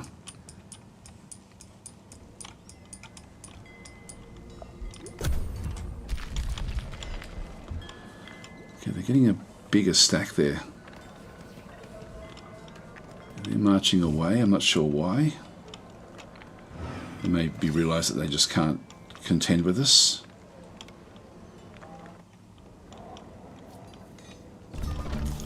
That's now doing what we were fearing it was going to do. Province is being pillaged, so that's a pain. Alignment has now changed. We're now to change from evil to very evil. And this is the one that we wanted. Okay, so we'll close that one off. The chest plate of leeching is now available to us. So we'll go and place that one. Have a look at all of the different leaders. This one does actually have a hearty male, which only gives me +5 hit points, which is pretty useless. The chest plate of leeching there will do a lot of different things. Getting strengthened, yeah, this is actually very, very good for him. So I'll give that one to this guy. Now we don't have a real lot of. We can make sort of like basic plates, but we can't do much else. Let's have a quick look and see if we just go and close that one off with him with that. Now he can actually, now that we've actually got the logistics, I can now come in and start the siege. So we will go and do that one along this road.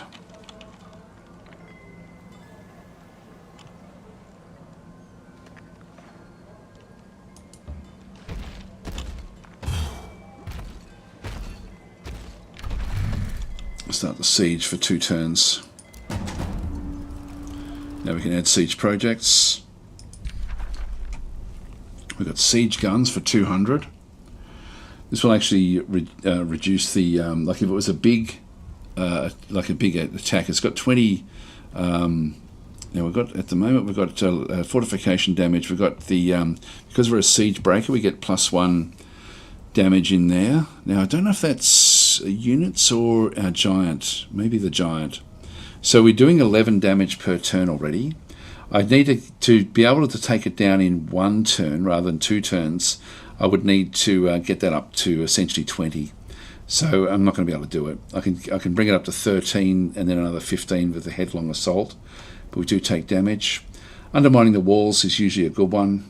So I think I'll do that one through there. Raiding party, when the walls are breached, gain 50 gold per tier of the besieged city. That's actually a good one. We might as well do that as well. Harass defenders. And again, like if I had extra projects, I'd be able to get both of those, and they'd sort of end up where both groups would then be sort of damaged. But I'm not going to worry about it. Let's just close that one off. So 2 turns for the breach. Is he the siege breaker or is one of the others?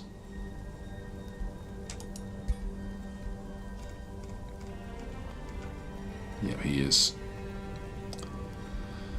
Okay, so he's got that. Let's go back into this again. We've got 105 now. So I can get something that's reasonable.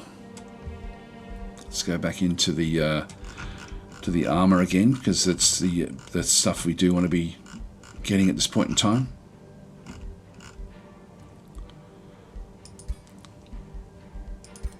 The look of it doesn't matter. That doesn't really have anything to do with it. Life drinker.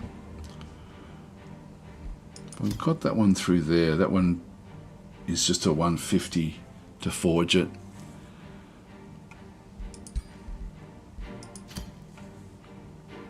And then that costs 100. It's not bad, is it, really, that one? So 275 of the actual binding essence, and then we use up most of the rest of these in through here. I can't do much else with that, so that's going to be fairly high. Let's just go and start that one. 3 turns for that one to be built. So we'll close that one off.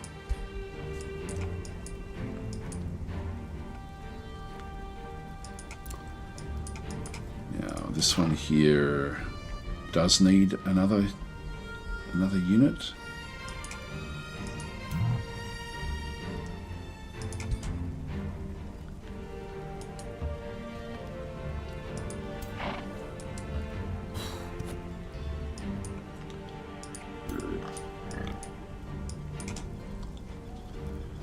Just go and bring these out.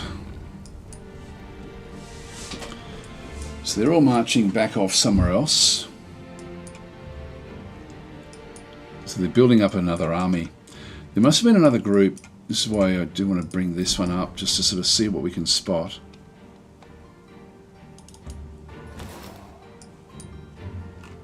I'm still not able to see what that one is just yet. Oh, yes, we can. We can go into the mountains here. There we are. So they've got a, like they're going to have 3 stacks. And they've got like a lot of these phantasm warriors which will come in. I saw these before, and like last time. They do actually have a rock giant, and yeah, it's just an arcanist. Back through here, this group as well will be able to get away. They've got some very, very magical units. So this could be an interesting battle if things sort of do go in through there.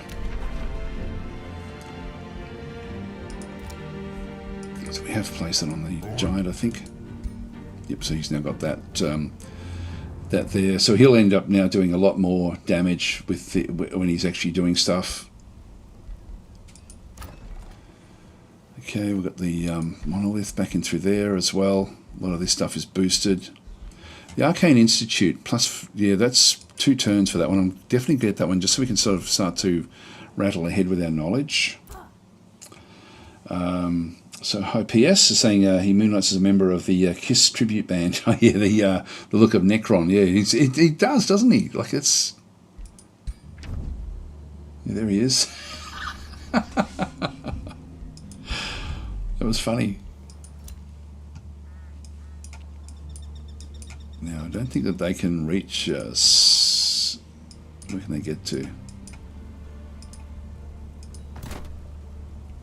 I'm not sure where they can get to, but this guy can. We'll just move this one out to here, and then we'll rattle it into the to the army there afterwards. So we'll end our turn there.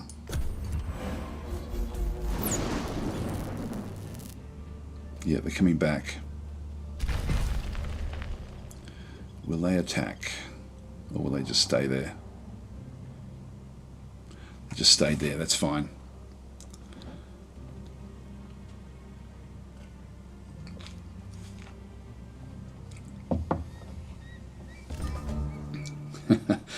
Says, you know what I'm talking about. I do indeed. Used to love Kiss back when they were... and they brought out an album, I forget what it was, and then I went off them. But I liked their very, very early stuff. It was very good. I'll go and collect this sort of stuff with that scout. So we now bring this one into... it looked like there was a spell that they cast, but I'm not seeing any damage there with any of the units. Just bring the constrictor in. Oops, hang on. There we are. Okay, that gives me a good balance with that grouping. And we can ultimately even get another group if I can just get the money. Spell's ready to cast. Seeker arrows, absolutely. Engraving of focus as well. Get the Seeker arrows. Got the combat coming in just one turn. Select new research. Now we've got the Wind Rager, which I don't really want. Fast and disruptive fighter unit.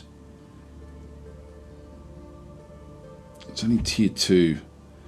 The lesser magma spirit as well, and favourable winds. Target friendly army regains all of its movement points if they're on water, half if they're on land. That could be useful. I think I'll just go that way. I'm not really wanting to bring in summoned units, to be honest, just because of the mana cost. Oh, there we go. Lightning Torrent on us. So what does that one do? Well, you sustain 20 lightning damage, and they all suffer -1 lightning resistance for 1 world map turn, which is this next turn. That's okay. She should be back on the map fairly soon.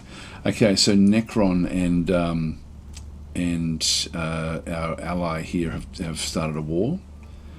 Well, yeah, so they've got a war going. Can create a new bounty. We don't want to be doing this one. We're not going to worry about it. So we don't want to be creating bounties ourselves. And the cask produced a tavern, which will then help their stability a little bit. The bathhouse will make it even better. Just get the workshop. So now I can claim another province. Here we go. So we've now got this that was sort of now creating different areas out through here where we can sort of get more lava. Now I want gold. Gold is really the important thing. So I'll build a mine there.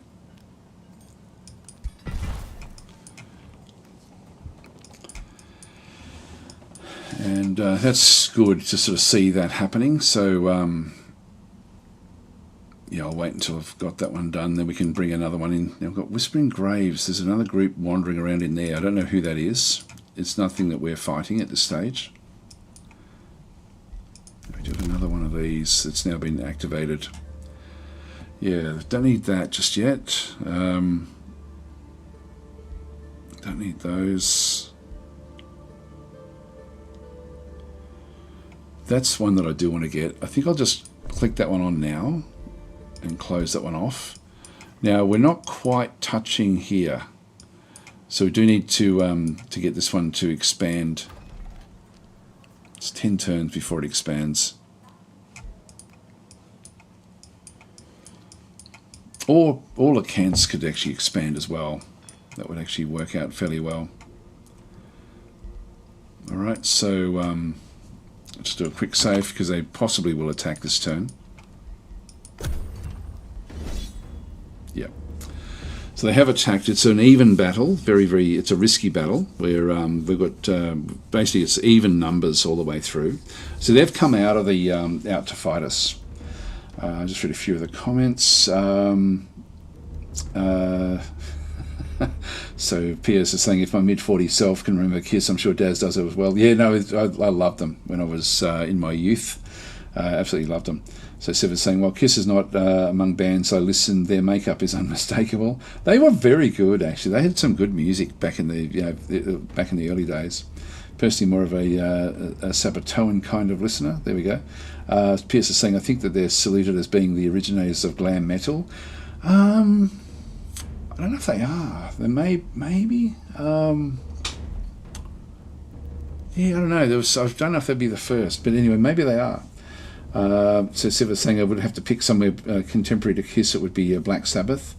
Yeah, I love Black Sabbath as well. I thought they were fantastic, but they were quite different. Like Black Sabbath was more gritty, I think, like a more I don't know, whereas Kiss was actually fairly refined. Their actual music was actually fairly it was glam metal. Whereas Black Sabbath was heavy metal. So I think you would classify them as different in different genres, personally, but slightly similar but slight. Actually, I've got this group in here which I had meant to split up. So where's my balance out here? Anyway, let's just do manual combat because I think this will be a fun one too. We've got a fair few interesting little things here that we need to contend with. A fair bit actually, which is actually Acrian's back again as well. A lot of heroes.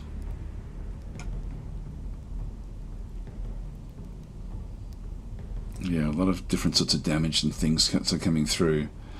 A lot of weak units, which I can almost ignore. It's going to be these powerful units in this first little grouping in here. They're going to be the ones we need to contend with. None of their forces are very high level. They've got their champion. That one is just going to be a veteran. The champions will have a little bit, but there's not very many of them. So whereas a lot of mine are legendary status, which actually sort of raises these tier 1s up to being very, very powerful. All right, let's go manual combat and see how we go. Yeah, Pierce is saying Black Sabbath are definitely pretty legendary as well. I preferred Kiss back, with what they did back in the day. There goes the defences. Okay, so we're coming in now. There's no real defences here, so this is very, very weakly defended. It's essentially going to be like if I go and grab a unit, for example. If I go and grab one of these units, they don't even have any battlements, so they don't even have areas where the range units will get an advantage. So this is literally just a battle. So there's no benefit for them being on that side of the gates, and particularly now that we've broken it all down. So we then actually just have these big guys who we're going to go after. They've got this throw boulder, which is range 6, and they can run and throw that one. So when this one comes in, we're going to have to destroy this. It can get to there and then fire. So it can't do anything initially when it first does anything. So it's got a few, like an earthquake smash, and then it's also then got its heavy charge strike. They're grouping back in through there. I think, where was the Watcher? The Watcher is over here.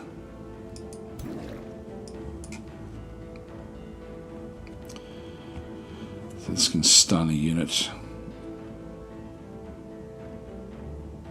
This is weaker than it looks. Like it's actually not going to be anywhere near as strong as we need to worry about. So I don't have to.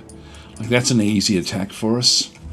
It may be that we send the giant up against the giant.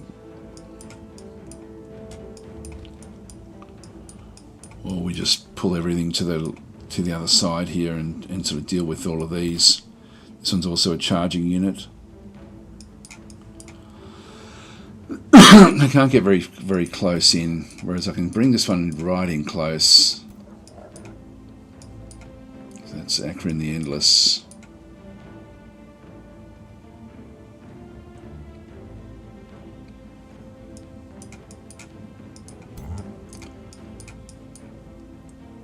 With the mighty stomp.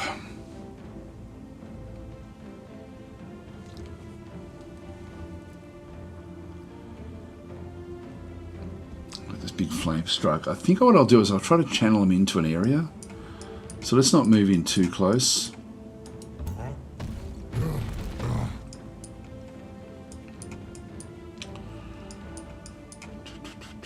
Yeah, that's there's nothing much for us to really worry about there.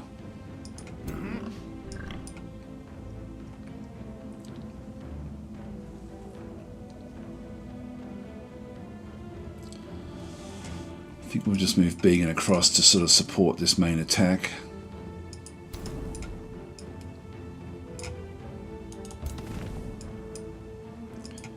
There's nothing really tricky. I'll just use the warding from this guy.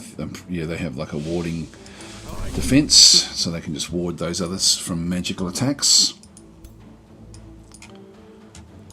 Bring the constrictor this side.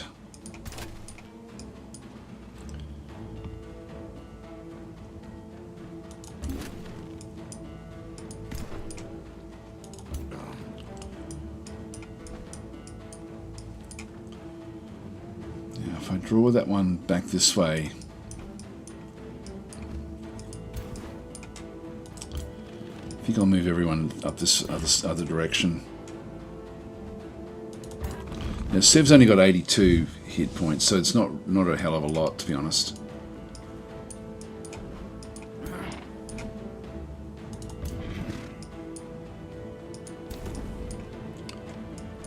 Pyromancer in there. Again, we'll just get some warding in there. Not that I think we need it.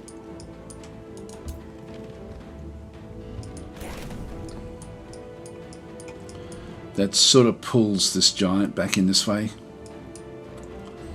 That's ultimately probably their most dangerous unit. Which then allows these guys to essentially create like a mask across the front. Got Began I want to have in this fight. Back over here.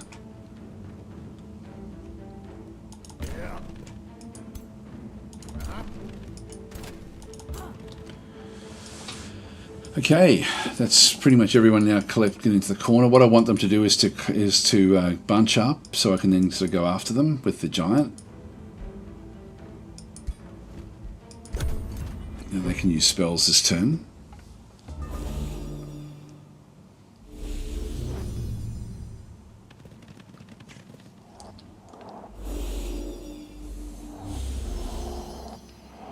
It's funny, they're moving that side. That's interesting.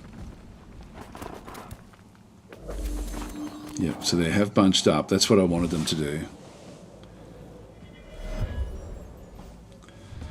Okay, so that means we can now attack the center.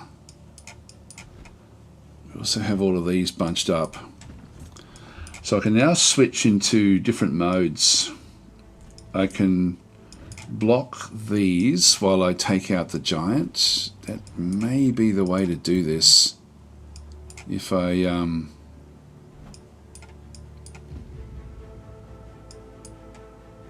I get rid of those two there, I can go and get another, I can move to there. But if I do move to there and have a look at this, what we can then go and do, how far do we have to go?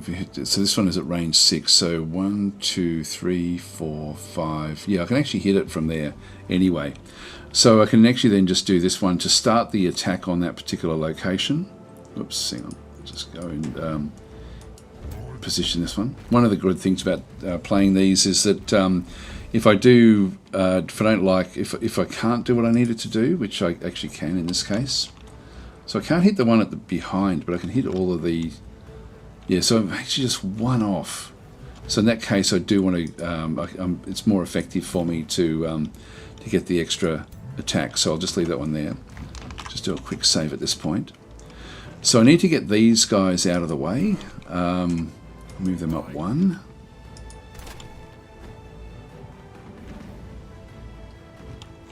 Now do I want to move them up?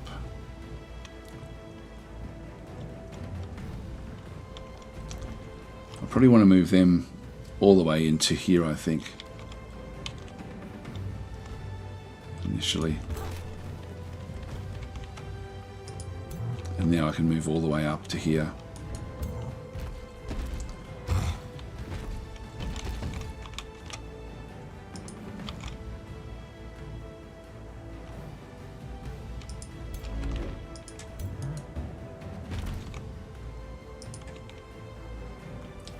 Then I can pick up all of them.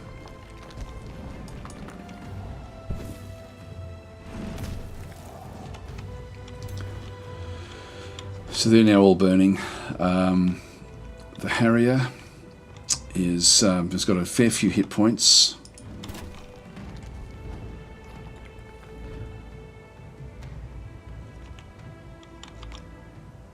I want to sort of spread them out a little bit. I don't know what the Giant will do.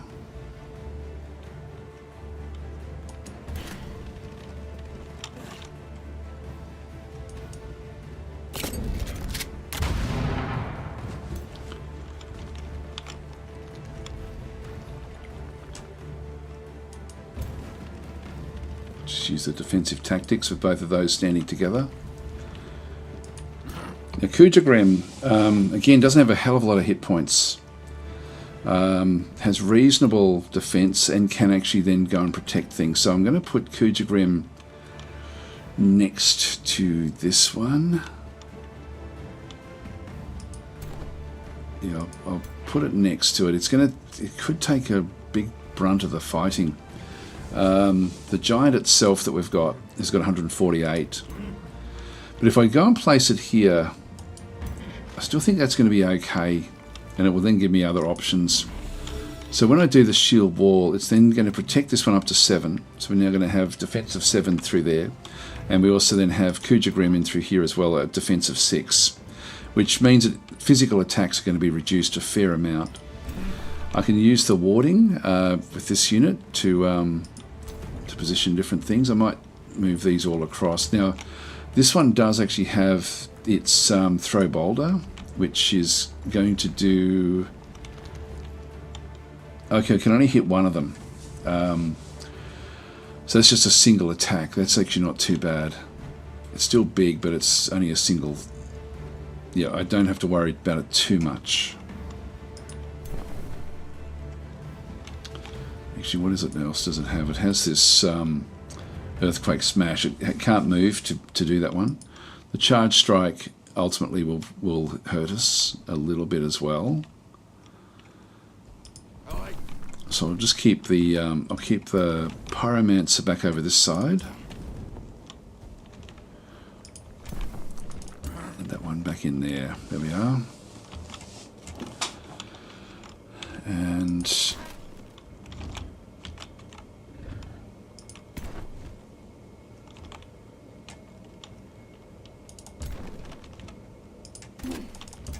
bring these across. Now Sev is able to move, but I really don't want to be doing too much here.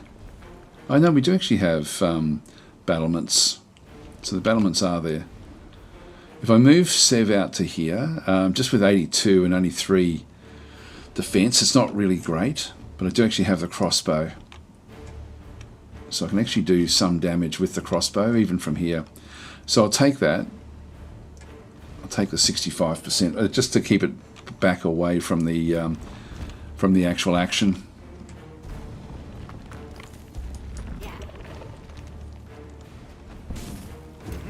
Yeah, we're getting 2 strengthened there with that attack. The Harrier,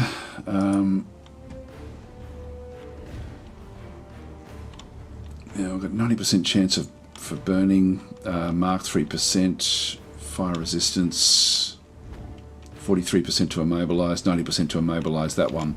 That would then sort of force the issue where the giant's going to then have to sort of march its way around. So it will end up using the attack. Can't immobilize that unit.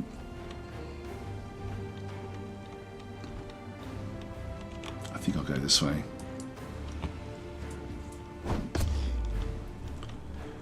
It has been immobilized.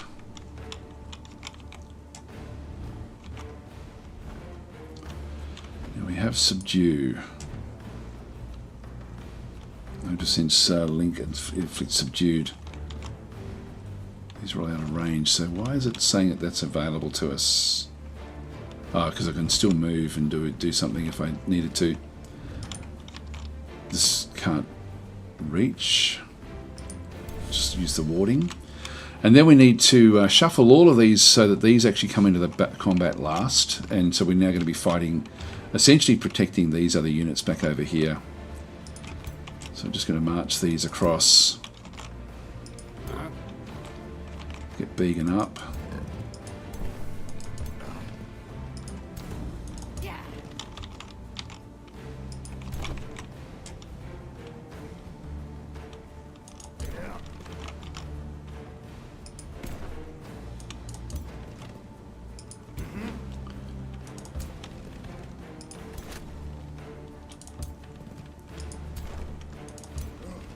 Bring them away from the other fight, so we can sort of bring superior forces down now to bear on this particular group. Try to get this one out of here.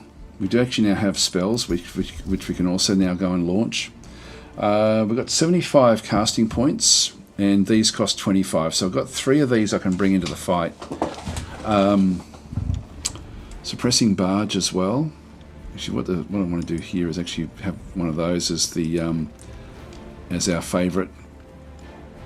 I'm going to assign that into a quick slot. We've got Ignite as well, which is in a quick slot. Immolate I won't worry about just yet. Yeah, so this actually, if we've got them all burning, this one is actually a good one as well. Suppressing barge, I'll just right click on that one. Those 3 there I think are the best ones for us. So that just puts them into the list that we actually have through here. Now these are all burning. There's a whole range of them are actually now on fire. So I can actually go into Immolate, and this one's only going to cost me 20 casting points, but I can actually sort of go and do a lot more damage into all of these because they're all on fire. So I will take that.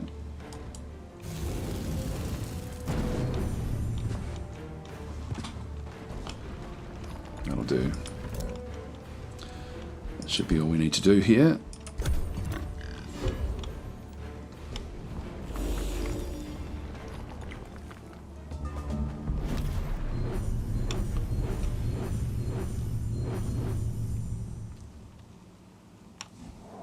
Just going to grab myself a drink of water. Be right back.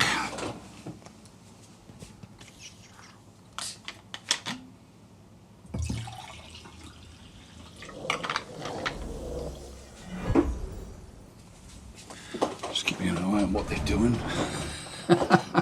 All right, well, they didn't move very far that time. So now we have big attacks. So we've got ourselves, this is an astral ward, which will then do warding links, so damage sustained by the target friendly unit is transferred to this unit. I don't think it's attached to anything, or is it?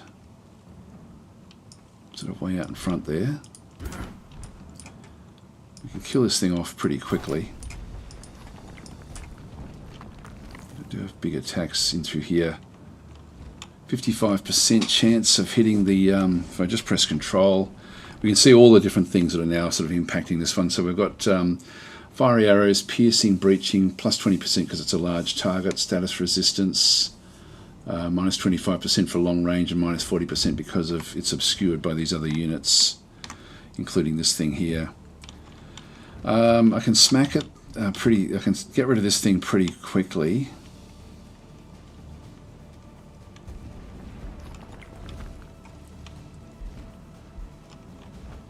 So we've got the astral ward.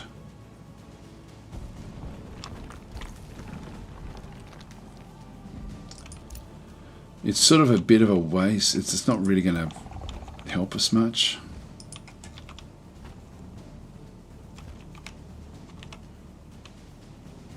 I might as well break it open, I guess. Then we can start to work our way through towards the giant.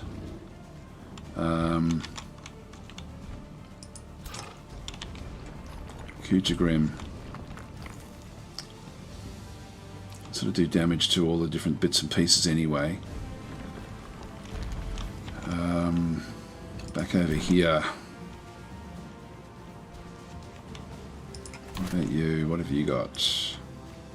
Only 35%. I think I'm better off coming up with this one here in that case.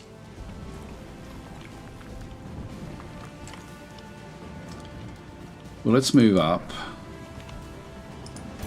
And with this unit as well.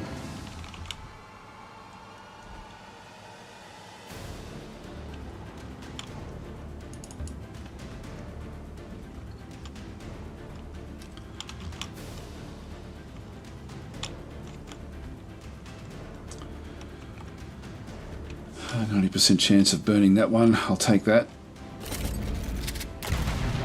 Only a graze, unfortunately. This one here, I'm just going to keep that one locked away. Now the giant can come in and do massive damage to all of these, which I'll take. Actually, I've got the stomp as well. It does damage to everything back there as well, so I'll go and do that.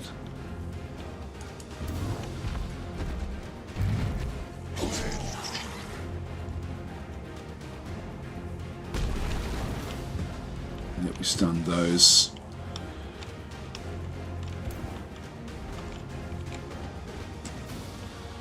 So we can kill this one off.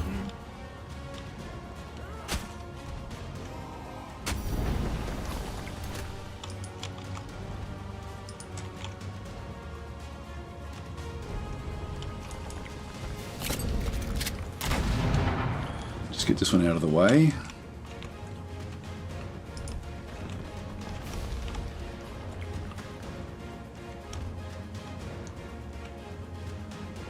Got 100% from there.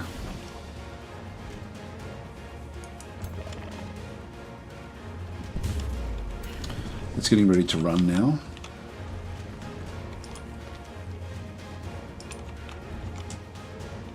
We do have another flame attack.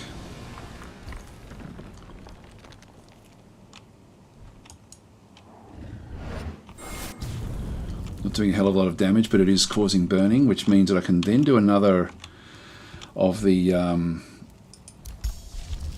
those other immolation. That would actually kill that one off.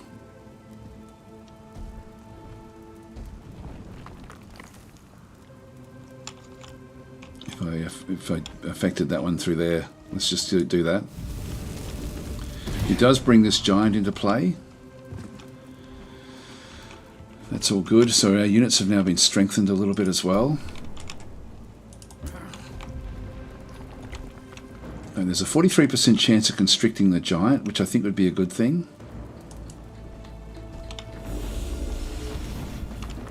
Nope, it resisted it, but it is blind. So that makes it sort of less effective. So what do we got with this one? It's blind. It's got the shield wall up at this stage, marked. Burning, bleeding. Oh, it is immobilized. Okay, so it actually can't do anything anyway. So it's really of no consequence at this point in time. Now, if I move in, I don't want to allow it to have a shot, but because it's immobilized, I can actually start to at least bring Kujagrim back in behind. I don't need to be sort of trying to do too, or I bring it into here and actually just set up a shield wall just to help with the protection. So that sort of that gives me a nice grouping in through this other side now, and these guys are still getting ready to come across.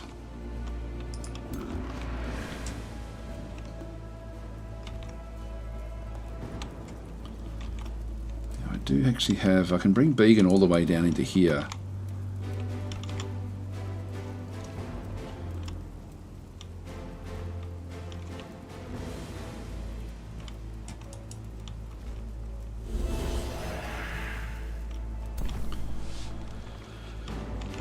And...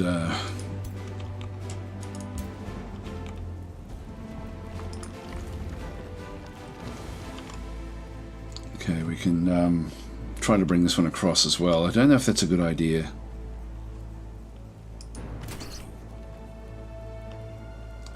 Yeah, no, I won't do that with this one. Let's leave that one where that is.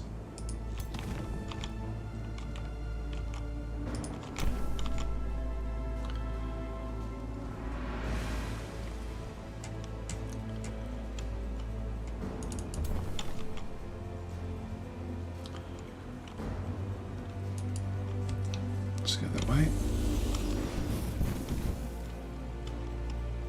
It was constricted, so that one can't move. That's good.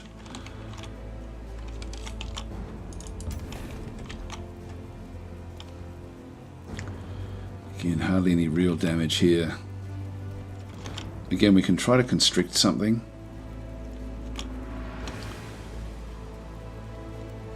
Not that it's really going to matter that much. We constrict. I don't know. Who knows?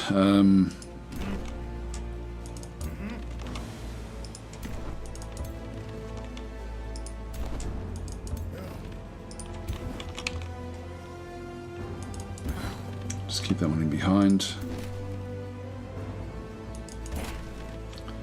They'll start to move across, but by that stage, hopefully, we'll then be finished with this attack down in through here.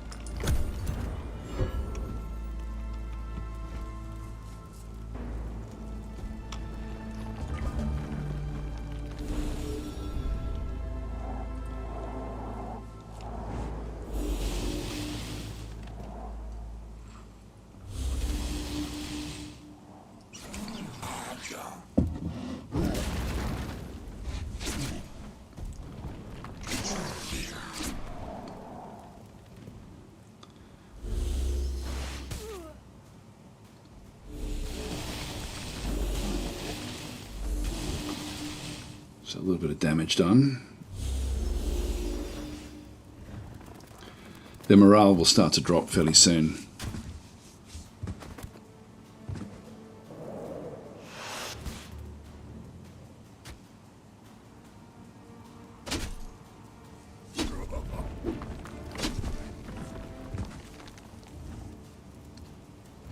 But he's going to throw this.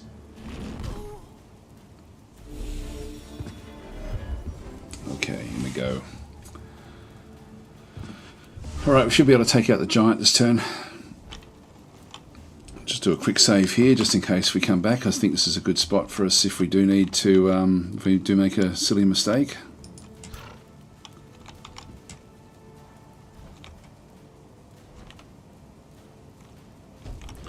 Got two actions there.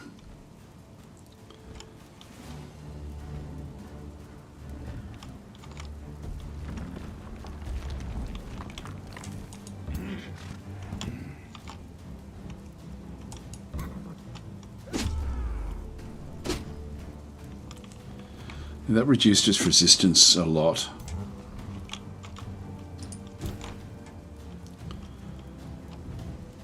I've got one action there as well.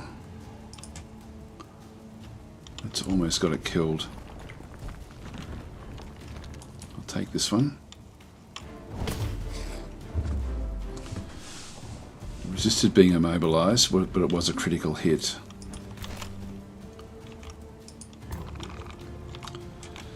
Sev the Brave. There we go, kill the giant.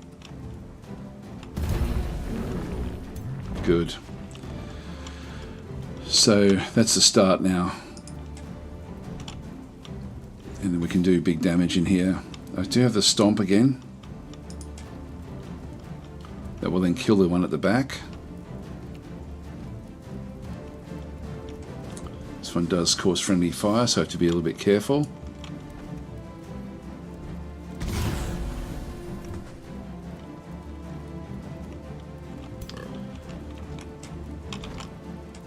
Beacon can kill that one off. Or that one. I mean, there's multiple hits here, so...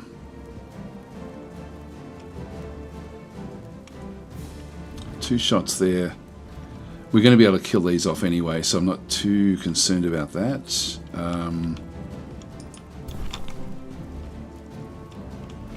They don't do a hell of a lot. We can try to subdue this one.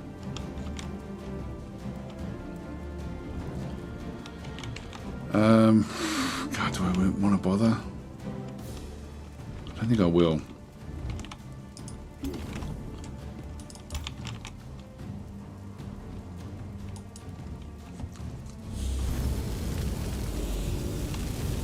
Yeah, we've resisted the constriction each time.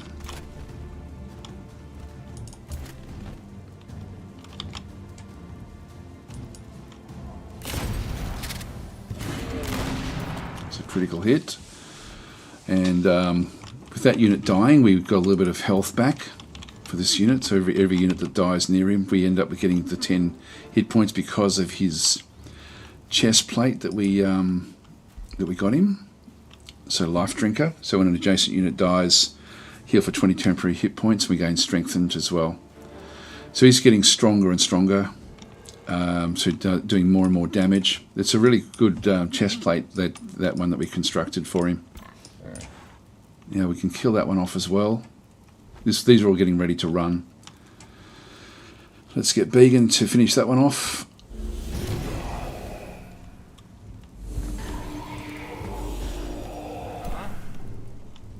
And our morale is getting higher and higher.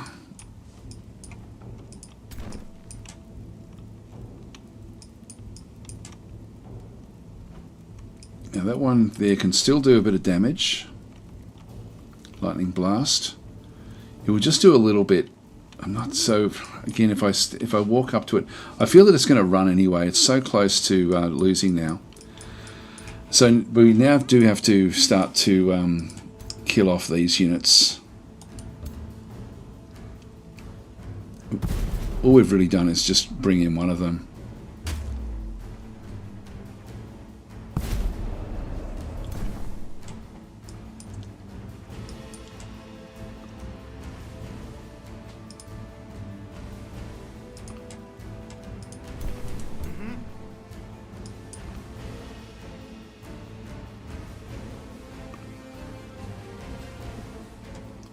Yeah, we've got a bit of work to do here.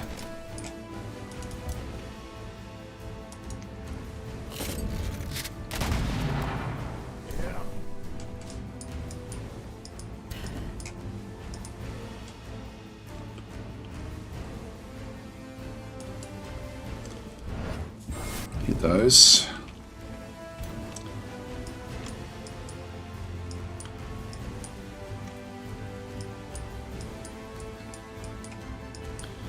What I might do is I might actually bring in the tentacle in here, and sort of just that will then force some of these to actually attack it. I want to keep it away from most things, but I want it to be assaulting this one, and hopefully we can just keep it in position here.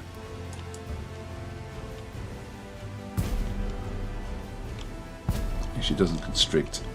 That was wasted.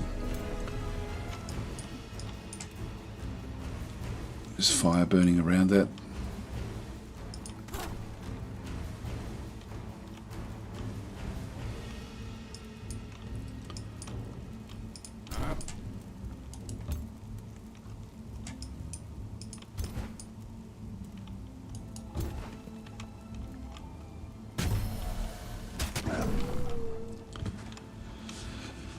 Okay, that one's done.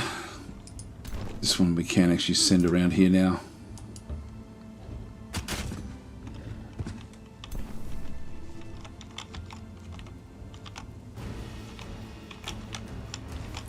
So this overseer will move around over to here. So 50% chance we're going to constrict it. Yep, it's been, so it can no longer move. and of course every time we do a hit, we end up, it's now blinded as well, so it really can't do much at all. It's going to be very, very inaccurate. Again, they're losing morale very, very quickly.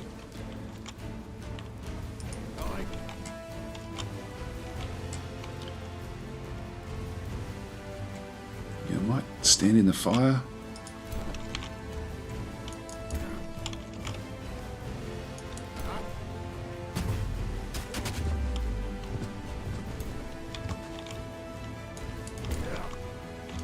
These are getting ready to run.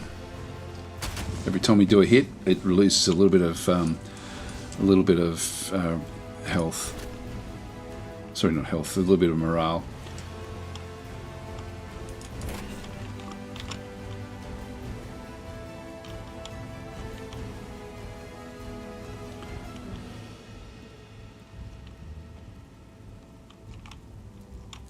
Okay, which way should we go? Let's go that way.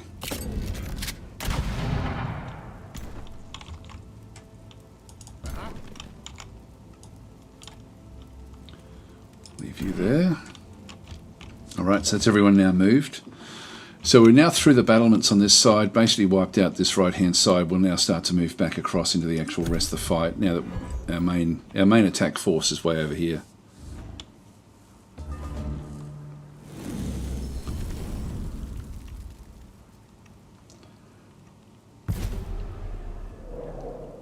Unfortunately, that was a complete waste.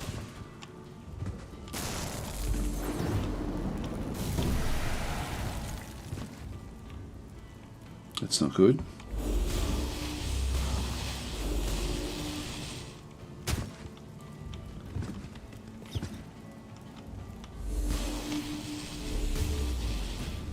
So it is fumbling.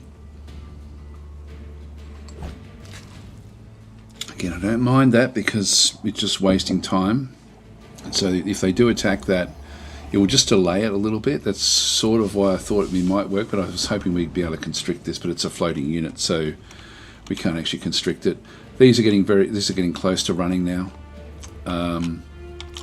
We just need to bring all the units up. They're all doing still pretty well here. Let's go with a big attack. 60% is about as good as I've got. Don't think they're going to get to him in time.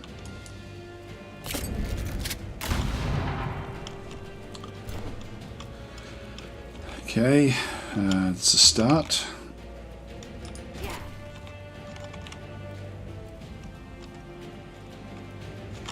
This one is essentially dead.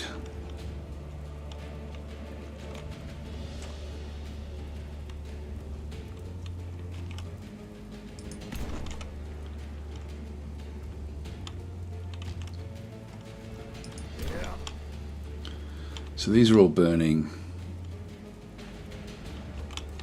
So I think I'd prefer to try to keep them out of the fire a little bit now, but they are all on fire.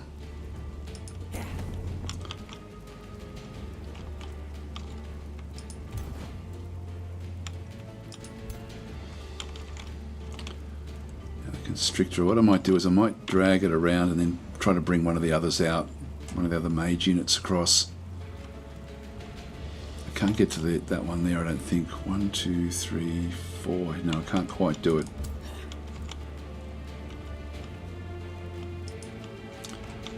So I can constrict any of these. That would kill it. I can pull that unit across. We don't gain much from that. I'll get rid of that unit. This is going to reduce the morale of everyone else on the battlefield.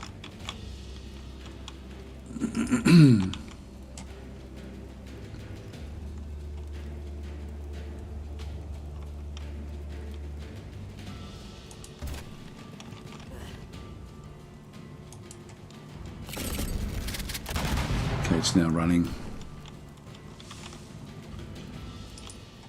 So it's only morale, it's the only reason for doing anything else in here. Just move that off the burning area and kill that one.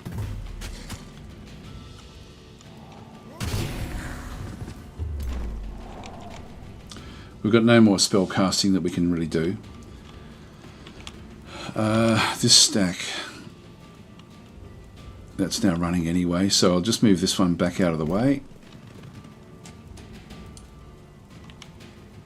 Same with this one here. You might just leave it off the fire, but protecting this other unit.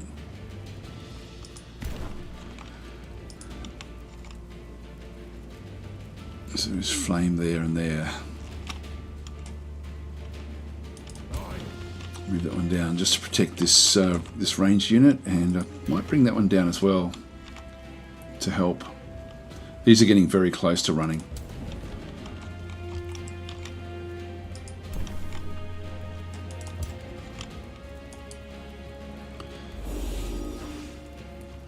So every time we get a hit, we are still doing some.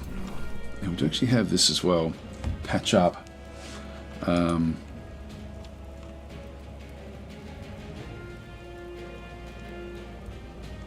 really need to do it just yet. I might just go warding. Just ward against spells.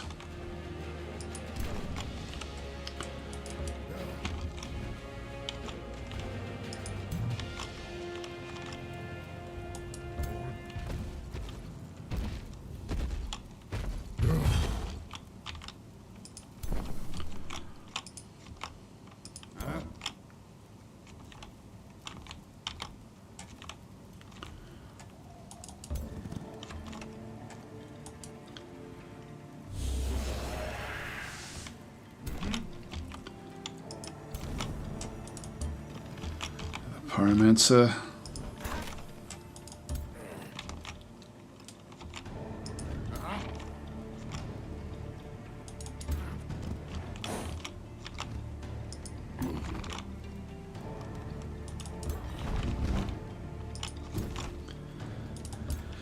Now we are bunched up. I don't think they're going to have any more spell casting themselves, but they're getting very, very close to running now.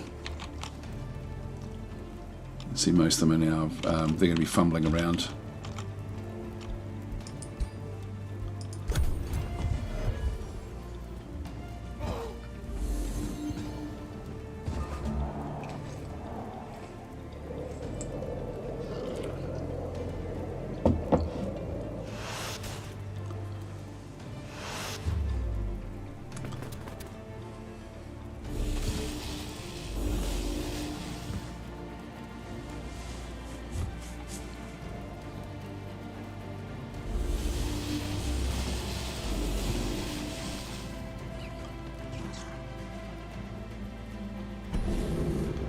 Been taunted, so it will now attack.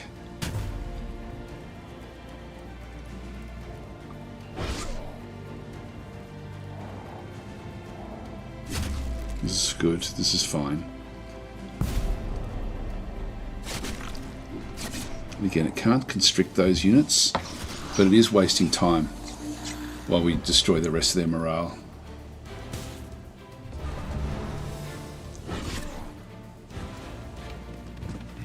It's been taunted, so it will try to make its way through towards that unit, which means that we have to smash our way through here now. So I'm going to attack this directly, and again I've got the big stomp, which I can go and place through there, which I think I'll do.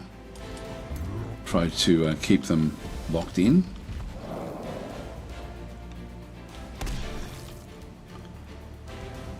Yeah, we stunned that unit there, which is good. Alright, now we've got these as well. So we've got the mage locks. I can kill off that hero. And that may get the rest of them to run. Yep, they're now all starting to rout. So they've now all routed. Just got a couple of units now that actually are still staying in the fight. So the Harrier. What is that one? This is the Phantasm Warrior.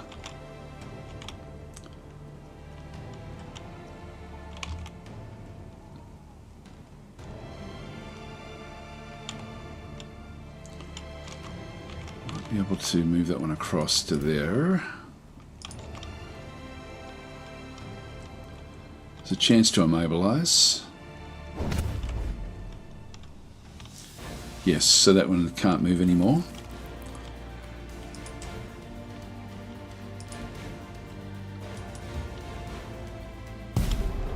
Just can't do anything else other than attack these.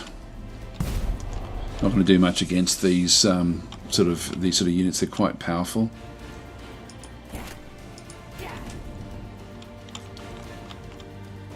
But we have good advantages back over this side now. I don't really want this one getting away, so I'll try to constrict this one. Oh, hang on there, that can't be constricted. Keep on forgetting about that.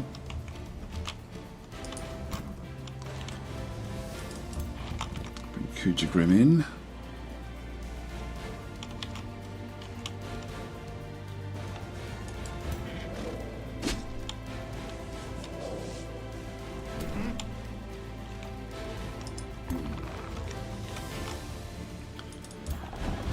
And Sev.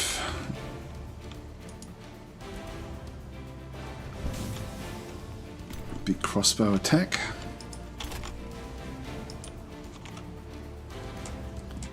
I'll take the 40%, it's a bit risky. We can miss and hit our own guys, but that was good, that was a critical hit.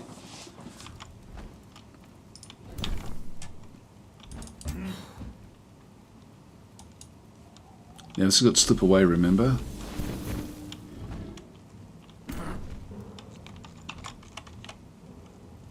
So even if we kill it, it's still going to zip away somewhere else, I think. Oh, maybe we already did that one. Yeah, we might have already done it, and then it's just happened to be constricted into that same area. So it's now just this guy over here. It's really the only one that we have to concern ourselves with. Now Beacon's going to have to go through the flames.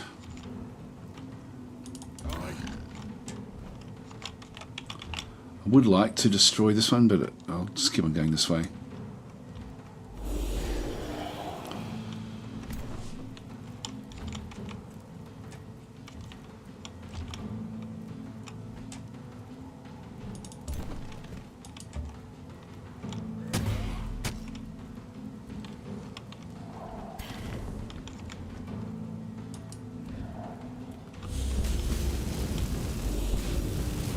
They've all run. Yeah, they're all going. It literally is just this guy here, and his morale is now, he's going to run as well at the end of this turn. What else can we do? It's too risky. We may hit our own guys.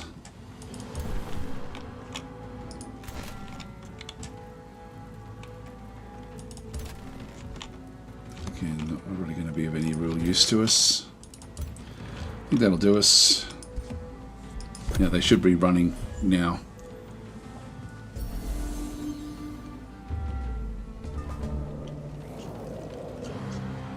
Not yet, not yet. Oh, yes, he is.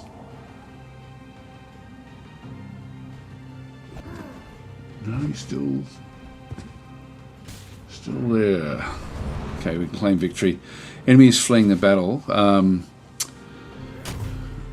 I think I'd like to make sure that this one's not going to come back, and I'd like to kill this one off if I can. So I'm going to go no, and just continue fighting.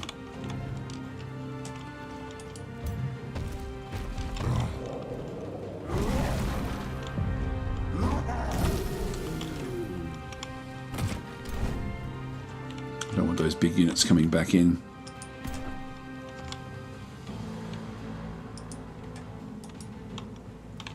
Oh, hang on, that one can't move.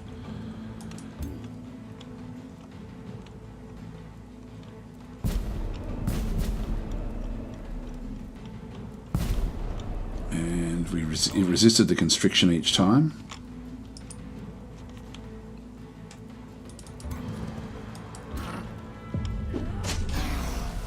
Good, that one's down. So it is now just these other units. I don't care if they run away. We've almost got that one.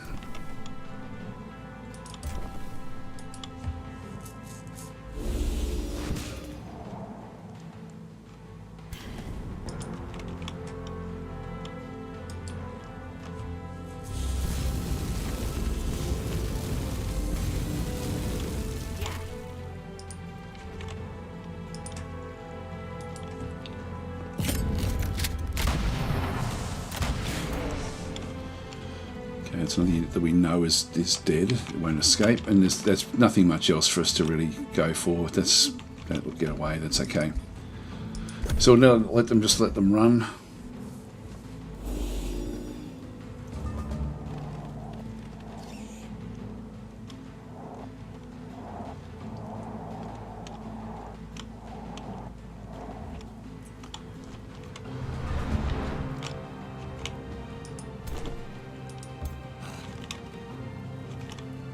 Make sure they're away from anything that might be on fire.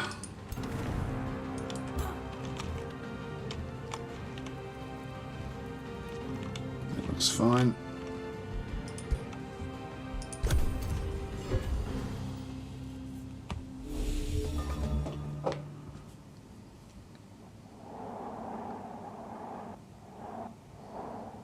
Not quite.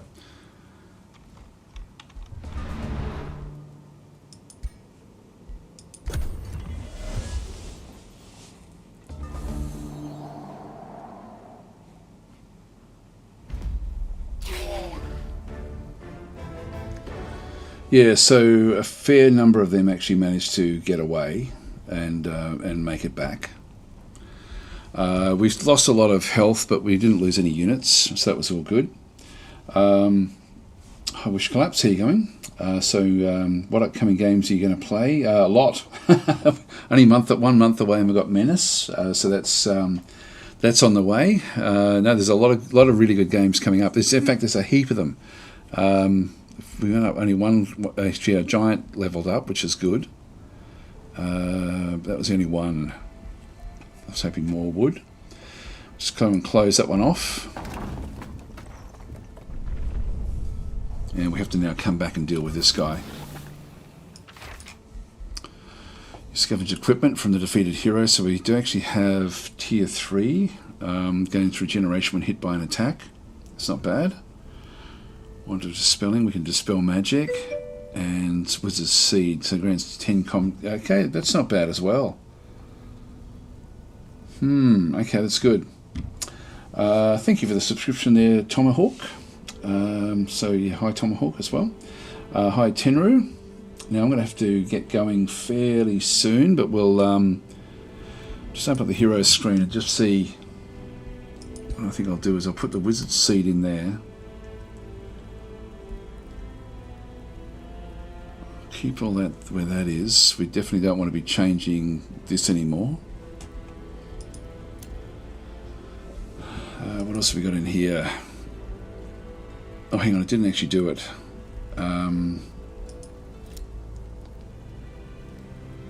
Now, there's a good chance that these guys will be going off and doing different things. I think I'll actually give Began that one there. Confirm that.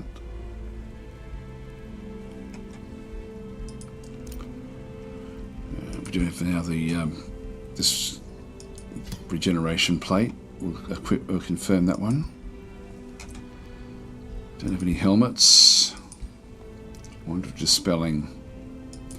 Might give that there because that one's like it's sort of like almost like a wasted turn. But I will actually leave it there at this stage because it's probably the weakest unit that we've actually got. So close all that off. Now we didn't actually level up, so we do actually have. Ruler has leveled up. Back into here now. We didn't take the start of your turn. Adjacent enemies become slowed, or they become immobilized. I don't think I need that. And through here we have we'll gain access to the Rune of Command Fire Infusion. Applies to trinkets to get more status resistance if we needed it. We haven't really done any of these other attacks. So Shield Bearer. So we could actually go that way just to, I don't know if we'd ever use it. 20% damage for, yeah, I'll do that one there. We'll start that way. Start to get him with more combat skills. So we'll close that one there. Tomic's saying back out of fresh because of ads. Sorry about that, and thank you for the subscription. And saying I always forgot about the Prime sub thing. I tend to use it on Aussies or mates or my favourites. There we go. Thank you for that. yeah, so anyway, we've got the so breach has now been made, so essentially there's nothing left there, so we're just going to attack and just claim it. Now this is size 7. I've got to start thinking, are there any cities that we really want to be trying to control? And I don't think there are. I think we just raise them all. And I can vassalize it.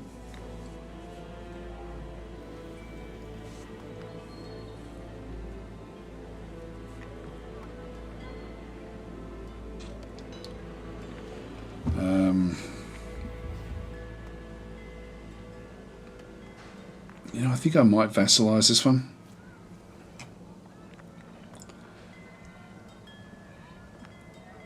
It's a simple thing for us to do.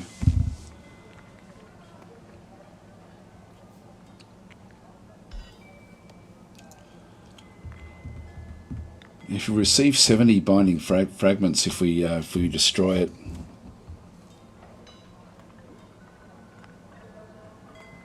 And we get 600 gold. And another 30, yeah, so from raising, yeah, and we also receive additional. So we do get a fair bit there. We get like 100 essentially, so which gives me another powerful forge item that we can then sort of start to do more with. I think I'll vassalize this one though. And we might start to move off after the other stuff. So we've just got this one here. We'll just go and grab these. Bit of gold, that's useful.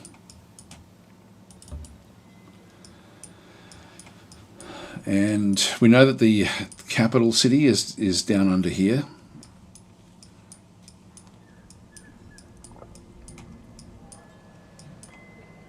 Do we choose what we're going to do there? Empire development skill now available. I can't afford any of these just yet.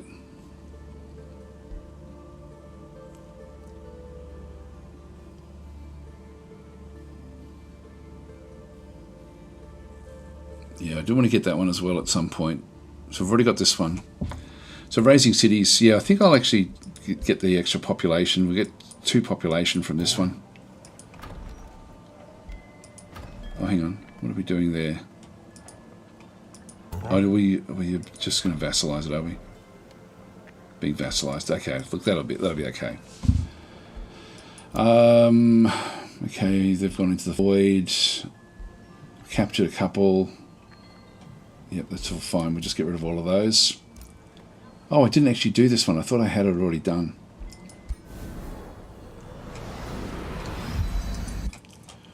Continue. So Nemisgrad has now produced the Arcane Institute. Now we can get the Ironclad Citadel, which will give me better stability per population. The chambers in through here give me +5 Imperium, which is sort of important to me. I might just grab that one.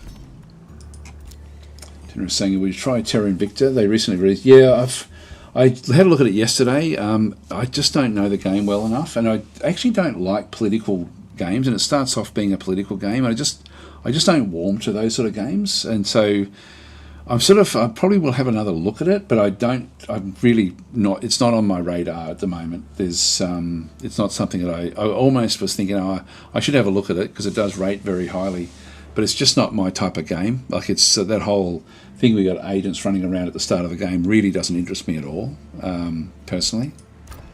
But I know it is a very high rating game. Now we've got other things in here. I'll just go and get even more. Where do we want that one to expand to? That one's got a little bit of expansion out this way. So I think we have to start to expand out this way as well.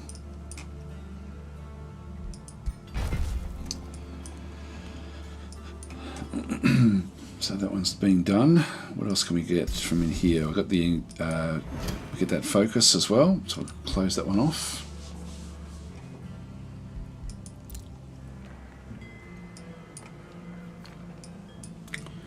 Now there's something wandering down this way. And you can see there's another city down this way as well. What I think I'll do is, and we also know that there's, if we go underground, there is actually a stuff down here that we possibly will need to deal with. We have the capital up this way, but I think we'll actually go south first and destroy the group that's in the southern area. So we'll destroy that next city as well. Just get back up the top. So we can move all of these down. Now these don't have any problems with anything. Actually, they're rallying throne. They did take that.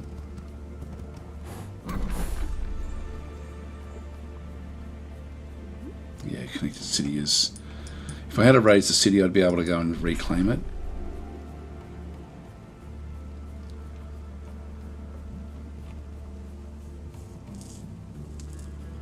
Yeah, it does add the rock and storm giants, the rally of lieges.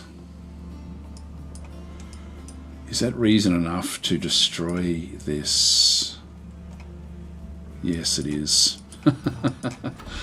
Abort. Raise. Alright, so we'll raise the city. Now we're going to need to keep a force here just to protect it, so I'll probably just I'll move these back out into our territory. And we'll leave this group. Actually, that also needs to come back and protect itself.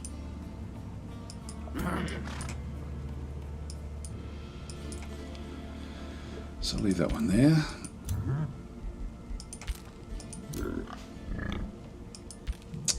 Okay, well, I'll play one more turn. So Silas is saying, you're lost, Daz. It's a great game. Okay, God, you're twisting my arms, guys. You're twisting my arms. Maybe I will actually have a look at it. And it's just every time I play it, I really, really don't like the that political stuff at the start. It really doesn't. It doesn't do anything for me. This is something we have to destroy. We have to go back there ultimately, actually. So I'm going to have to send an army back just to deal with this.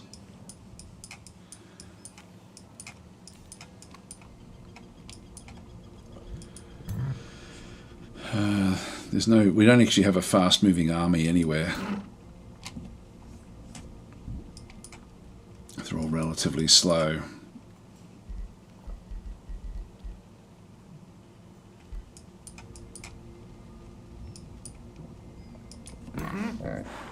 Now, I did want to split these guys up anyway. They're okay. It was more a reshuffle between these two.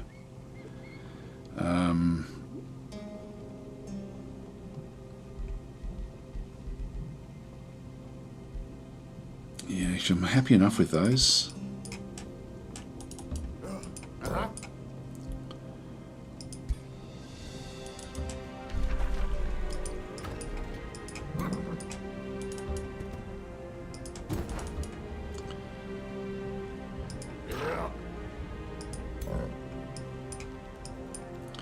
I'll move this one back to contend with the other group. They can just make their way back across to here. Which only leaves me two, but I don't think we're going to have to worry too much about anything else coming. They're now good, so I'll just go back in and wait until this has been raised before we do anything else.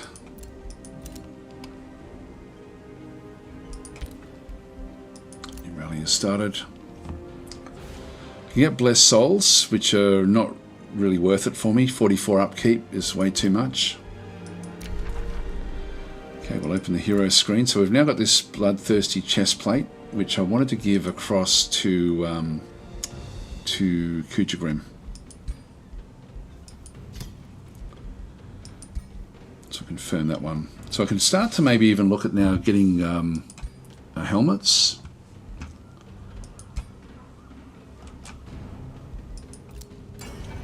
Now, I've only got 5 there, so it's not really worth doing anything until we actually raise that city. We'll now we'll enchant all of these. It just gives them the ability to make better use of the marked units.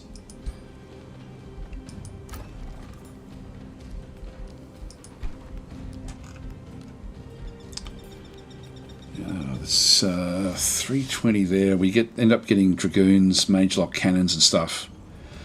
You know, I think I'll actually, although we've got the mint there as well. I'll go that way.